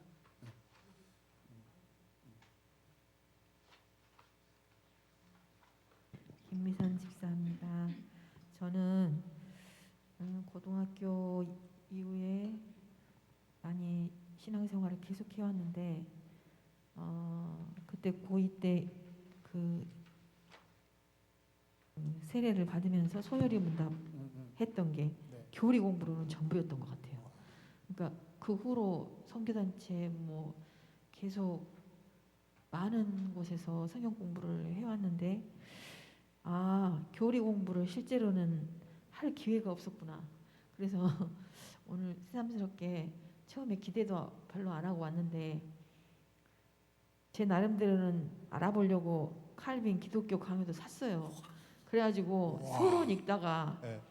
너무 책이 재미가 없어가지고 지금 책꽂이에 너무 꽂아져 솔직하신데. 책꽂이에 꽂아져 있거든요. 네. 왜냐하면 혼자 하려고 하니까 그렇죠, 이게 맞아요. 안 됐었거든요. 근데 네. 보니까 제목이 네. 요 성경의 8대 교리가 전부 칼빈에 있는 맞아. 제목이에요. 네. 기독교 강요 제목이. 그래서 이런 기회에 교리 공부를 할 수 있다는 것에 대한 기대감이 먼저 생겨서 좋고 아멘. 그다음에 특히 목표 부분에 네. 제가 신앙생활 하면서 가장 좀 사모되는 부분이 늘 하나님과 그 임재 속에서 네, 사는 것인데 네, 네.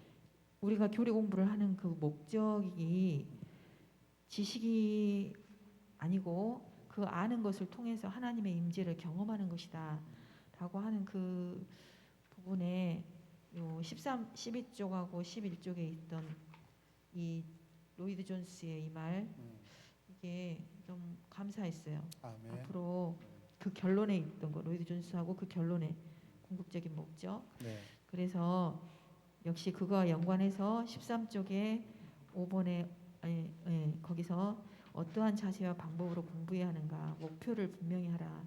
그래서 제 삶에 이 교리 공부하는 목적을 하나님과의 임재를 경험하고 주권자 되심 안에서 그 인정하면서 경배와 찬양, 영광 돌리는 것 네. 이것을 잃지 않아야 되겠구나. 그러기 위해서 기도하고 성령님을 의뢰하는 그런 마음의 자세를 계속 가져야겠다. 이런 생각이 들었습니다. 아멘. 감사합니다. 네, 장소윤 집사입니다. 오늘날 너희는 선택하라 하고 말씀하셨는데 하나님 백성으로의 삶을 살기를 선택한 제게 오늘 새로운 안경을 쓰여주셔서 너무나 감사하는 시간이 되었습니다.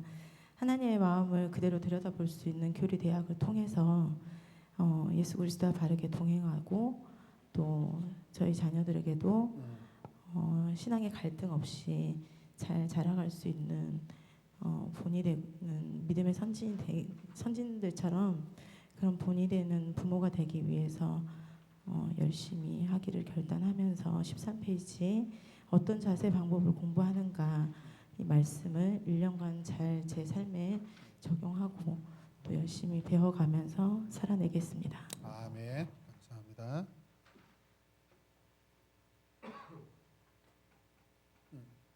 옆으로 갈래요? 뭐 상관없습니다.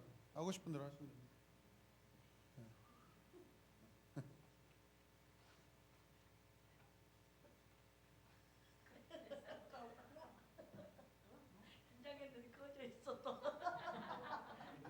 회사에 확인을 해야 됩니다.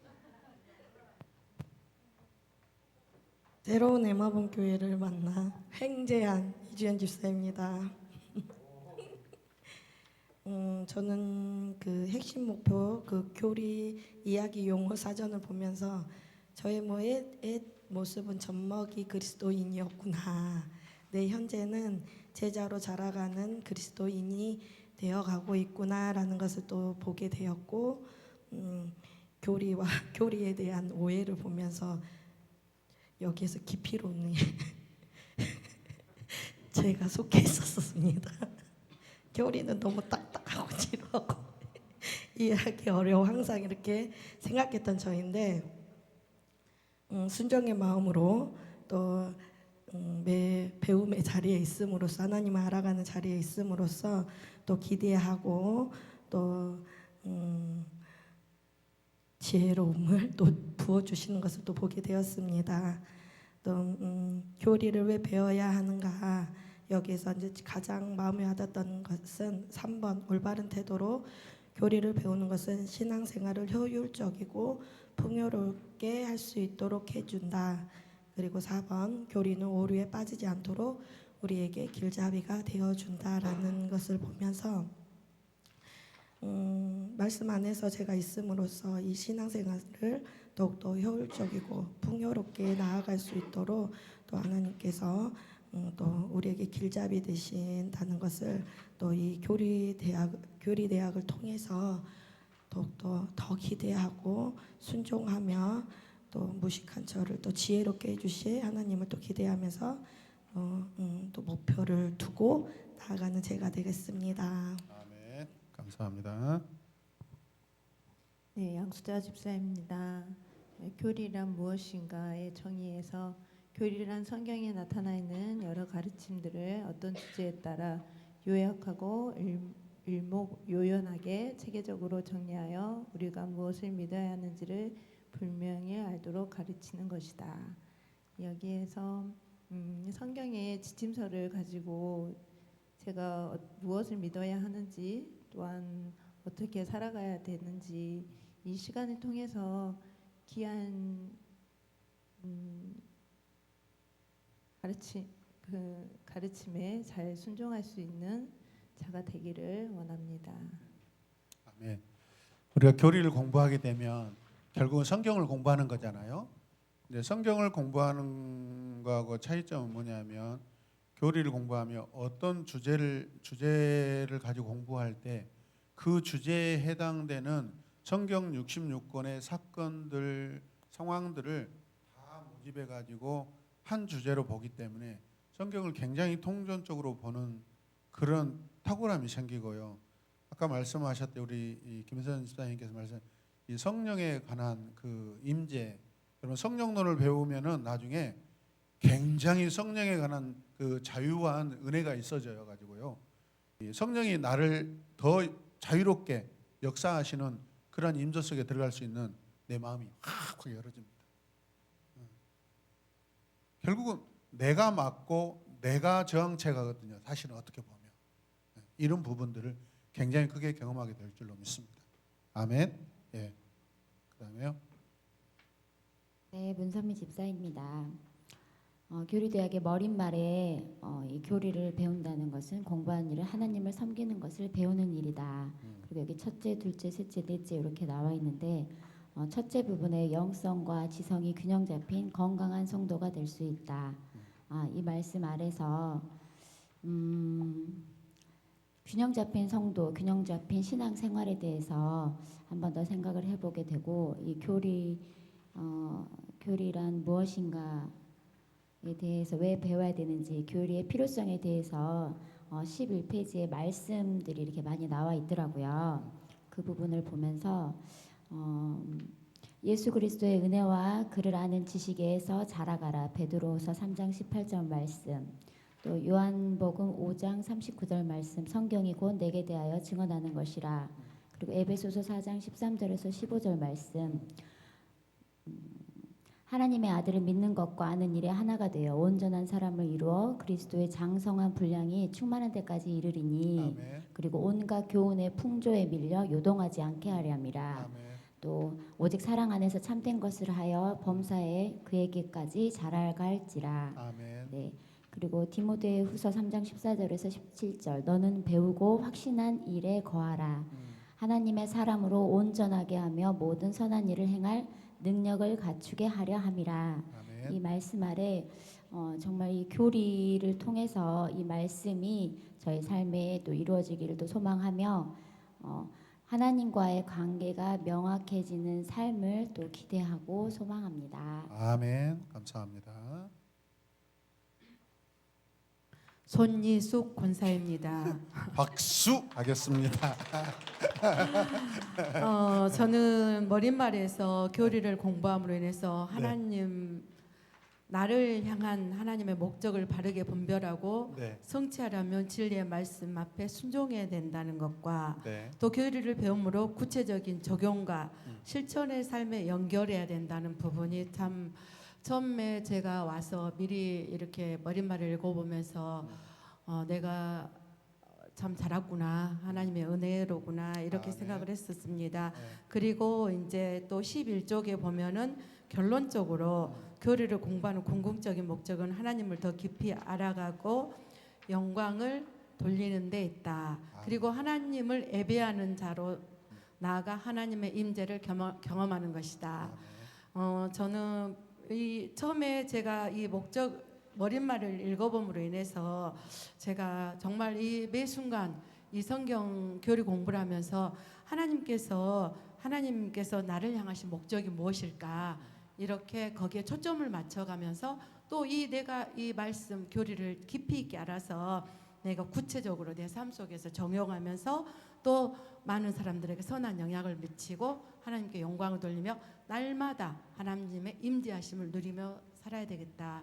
시간 기대하면서 참 흥분되는 마음으로 이 시간을 참여하였습니다. 할렐루야. 박수하겠습니다. 전적으로 동의합니다. 여러분들이 미리 예습해갖고 오시면 더 깊은 더 은혜가 있을 줄로 믿습니다. 네. 네, 조원우 집사입니다. 저는 오늘 책이 없더라고요, 목사님. 네? 책이 없어요. 그래요? 저 바로 돈 냈는데 그죠? 그래서 전창선 집사니까. 팀장님가를 가지고 에이, 했습니다. 어쩐지 한 군이 남더라. 어쩐지 끝나고 드릴게요.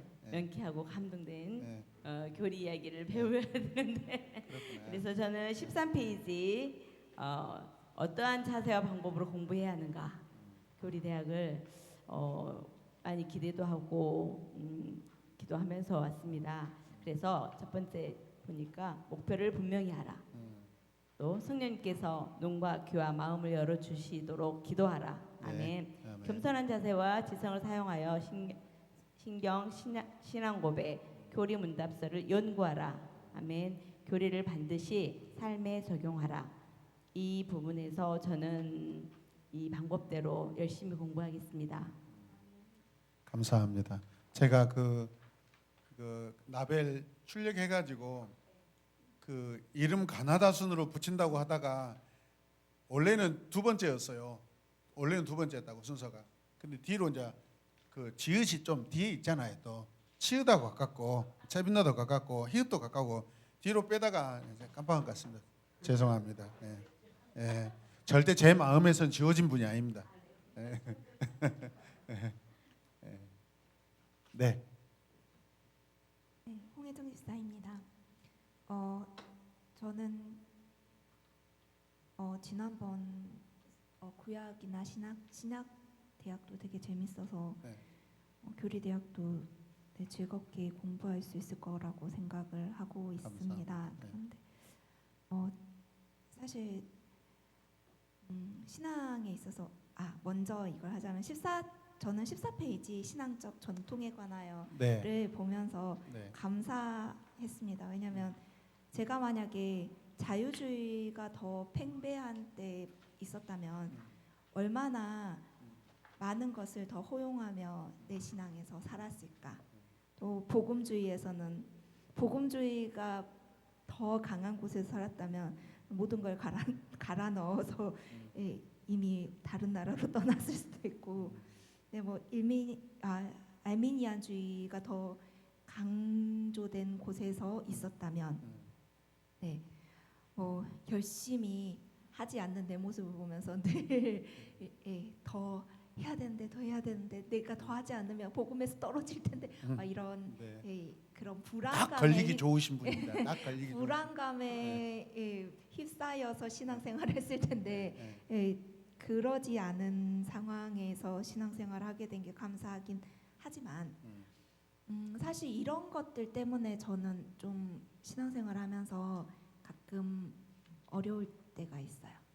그러니까 복음에 대해서 이야기할 때, 신앙에 대해서 이야기할 때 정확한 기준, 그러니까 전 역사를 통틀어서 할 수 있는 복음에 대해서 이야기할 수 있는 건 분명히 있는데 우리의 삶에서 복음을 적용해서 우리의 삶을 살 때 예전에는 이렇게 살았던 모습들이 지금 보면 비판의 대상이 되는 것들이 있고, 네네. 네, 지금은 이렇게 살고 있지만 점점 비판의 대상이 되고 있는 것들이 있고, 아무튼 이런 것들을 어떻게 해야 될 것인가가 늘 저한테는 고민이거든요. 그래서 이번 교리대학을 통해서 정확한 기준들을 세워가고 또 제가 제 삶을 그렇게 살아가고 또 저 외의 모든 제 가족들을 포함해서 저 외의 모든 사람들에게 복음을 예수님에 대해서 이야기를 할 때 그 기준에 근거해서 이야기할 수 있게 되기를 기대합니다. 좋은 말씀입니다. 예를 들어서 우리가 근본주의라는 그냥 어원을 잘 아시잖아요. 근본 좋은 거잖아요. 근본. 근데 근본주의는 우리 신앙 안에서 근본주의는 굉장히 위험한 요소들입니다. 왜 우리가 개혁주의일까요? 우리는 개혁주의를 계속해서 표방하고 있고 그것을 우리의 신앙에 굉장히 중요한 기준으로 삼고 있는 것은 근본주의는 정해놓으면 그거 이상은 절대 넘어가서는 안 됩니다. 그러니까 성령의 역사가 있을까요? 없을까요? 없습니다. 그런데 우리의 개혁주의는 지금 뭘 하는 거죠? 계속 우리는 연약하고 하나님의 간섭이 필요하고 하나님과 동행하기를 사모합니다라는 이런 마음이 이런 생각이 주를 이루면서 결국은 뭐죠? 우리의 개혁주의는 뭐가 연결되어 있냐면 성화와 연결되어 있습니다. 계속해서 변화해야 되는, 이해되십니까? 그런 은혜가 있습니다. 네. 절대 개혁주의는 딱딱하지 않습니다. 진짜 성령의 임재와 은혜를 따라가는 그러한 신앙의 주류입니다. 할렐루야. 네. 네. 황정민 집사입니다. 아멘. 저는 우리 교회에서 저 한 명밖에 없는 줄 알았는데 장정민이라는 책자가 하나 또 있더라고요. 두 개였어요? 네, 감사합니다. 하나님 은혜입니다. 조강덕 집사님한테 빨리 최승환 집사님이 또 없으셔가지고 예 목사님. 그래서 제가 계속 일강을 하는데 얼굴이 막 부끄럽고 막 제 안에 성령이 불타는 것이 너 부끄러워라. 너 저기 네. 진짜 이름도 없는데 여기 나와가지고 자원하면서 듣고 있는 사들이 2명이나 있다. 그래서 제 얼굴이 막 뜨거웠군요. 예, 죄송합니다. 성령 감사합니다. 저는 오늘 딱 젖먹이 그리스도인이라는 단어를 보고 바로 제 모습, 지금 현재 제 모습, 아마 여기 앉아 있는 집사님들 중에 가장 백지 상태가 아닐까라는 생각을 했어요. 그리고 또 감사한 마음이 든 게 뭐였냐면 저희 집이 북구 용봉동에 위치하고 있습니다. 모나미 패션을 이루고 계시는 분들이 많이 사시는 동네예요. 모나미 패션은 또 뭐야? 신천지. 아하. 네, 네. 그 패션 테러리스트들이 사는 곳들인데 만약에 거기를 먼저 가서 거기서 뭐 신앙생활 조금 하다가 여기로 왔었으면 되게 힘들었을 거예요. 근데 처음부터 우리 교회로 와서 이렇게 좋은, 그 전에도 교육받고 양육받고 지금도 이렇게 양육받는 게 참 감사한 것 같아요. 그래서 열심히 점점 성장해 나가는 1년 후쯤에는 정말 많은 성장을 해 나가는 제 모습이 조금 기대도 되고 열심히 하겠습니다. 너무 그리고 지난번하고는 완전히 너무 다른 차원이 다른 고백을 해주시는데요. 제가요. 네. 한결같은데. 네, 그대가.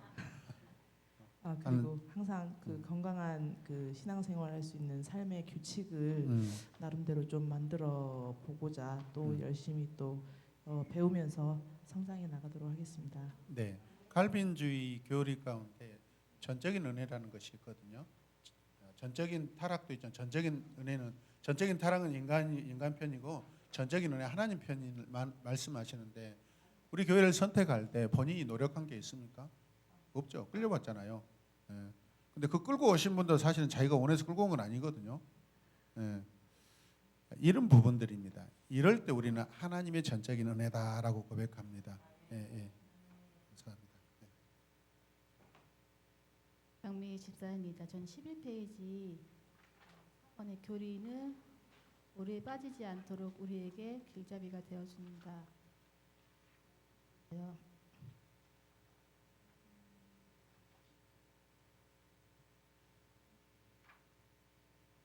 그나마 민정이 때문에 힘들었던 일이 있었 불구하고 다른 곳에 빠지지 않고 다른 곳에 눈 돌리지 않고 앞으로 정민 집사님 교회 안 나오시면 오치동에 신천지만 찾아가면 거기 있을 수 있어요. 그런 여지인가요? 아니면 하나님의 교회로 가봐야 되나요? 일단 힌트는 주고 넘어가십시다. 이거 역시도 하나님의 은혜죠. 그잖아요, 사실은. 예수님과 동행하며 예수님께만 눈 돌리는 제가 되겠습니다. 아이고, 오늘 너무 멋진 고백을 또 해주시는데 감사합니다. 박수하겠습니다. 최종환 집사입니다. 오늘 교리대학 오늘 명단에도 없는데 오신이라고 했어요. 도강자예요? 근데 1강 그 일상에서 교리로 9페이지다 보면은 정말 유치원생이 아빠한테 물어보잖아요. 믿지 않는 애는 천국에 가냐 못 가냐. 만약에 그 답이 내 아이에게 주어졌을 때 정말 나도 고민되고 백지가 돼버리는 상황이 연출됐을 수도 있겠다라고 생각해 봅니다. 왜 그러냐면은 아직 정리가 안 돼 있기 때문에. 근데 이 말을 딱 보면서 정리가 안 된 내 삶, 아이가 내한테 이런 질문을 했을 때 나는 과연 답변할 수 있을까 고민을 했는데, 다음 페이지를 바로 여니까 교리란 무엇인가의 정의.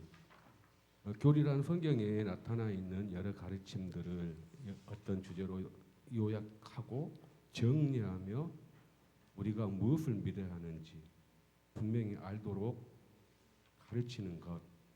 가지고 내가 그 옆에다가 내가 왜 교리를 배우며 교리를 배워가며 이 교리에 대한 이 정의를 내 마음에 새겨야 하는 이유를 내가 옆에다 적었습니다.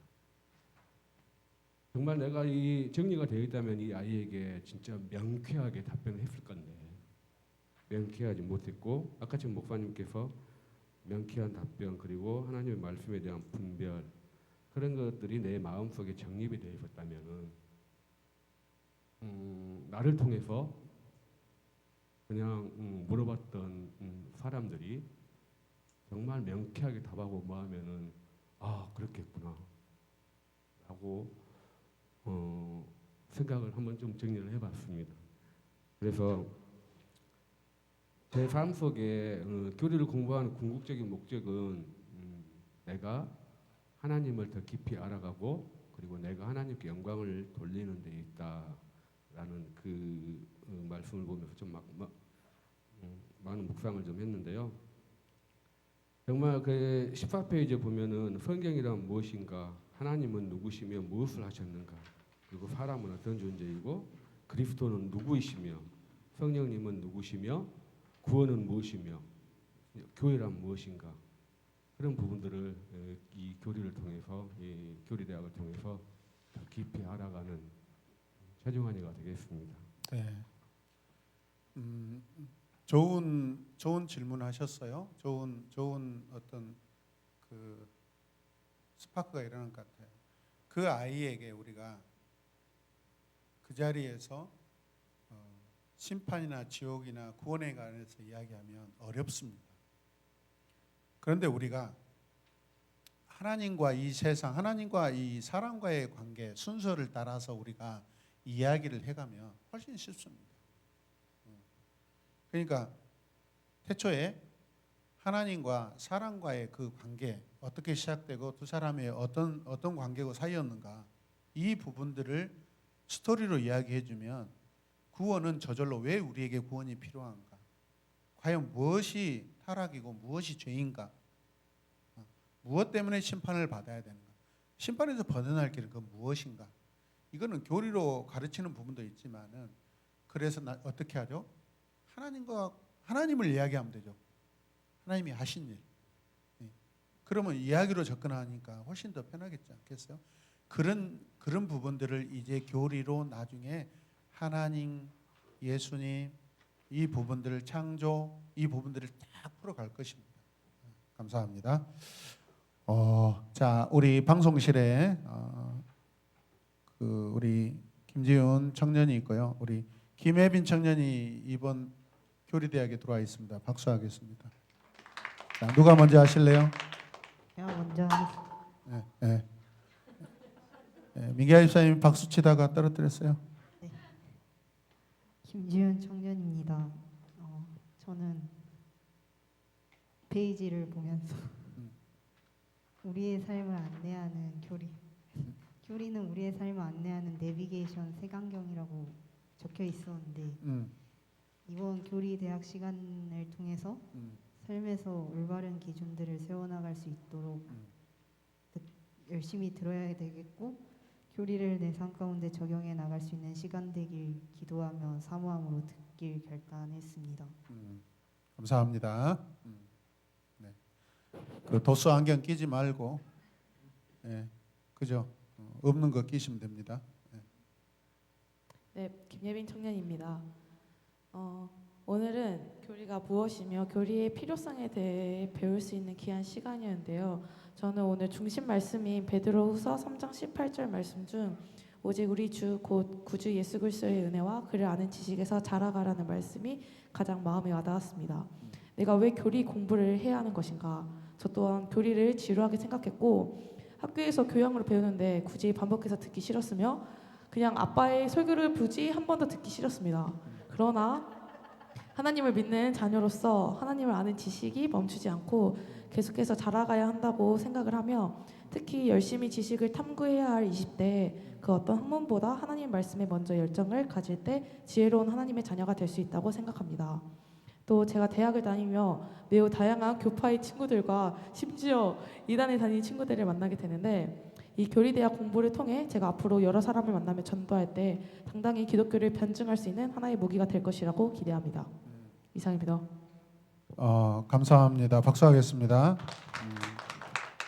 김혜빈 청년이 섬기는 교회 담임 목사님이 학교 교수님보다 더 열심히 사랑으로 가르치신다는 것을 느끼도록 해드리겠습니다. 네. 제가 더 잘 열심히 가르칠 자신 있습니다. 왜냐하면 시간들이 많으니까 디테일하게 아마 우리가 살펴볼 줄로 믿습니다. 오늘 첫 시간인데 여러분 태도가 너무 좋고요. 너무 감사하고 기대가 됩니다. 그래서 제가 생각했던 것보다 훨씬 더 이상의 여러분들이 또 이렇게 답해 주시고 고백해 주셔서 감사합니다. 자, 기도하고 마치겠습니다. 하나님 감사합니다. 하나님의 말씀의 세계로 또 하나님의 마음의 세계로 생각의 세계로 또 우리를 인도하시니 감사합니다. 연약한 저희들을 깨우치시고 지혜롭게 하시고 하나님을 더 알아가고 그 알아갈 때 더 하나님을 기뻐하고 춤추며 예배하는 우리가 되게 하여 주시옵소서. 돌아오는 발걸음도 인도하시고 오늘 또 하나님 온라인으로 함께 참여하는 사랑하는 성도들에게도 은혜를 베풀어 주시옵소서. 감사드리며 예수님의 이름으로 기도드립니다. 아멘. 그 이름 없고 바뀌어진 분들은 저에게 맡겨주시면 제가 이름 제대로 해놓겠습니다.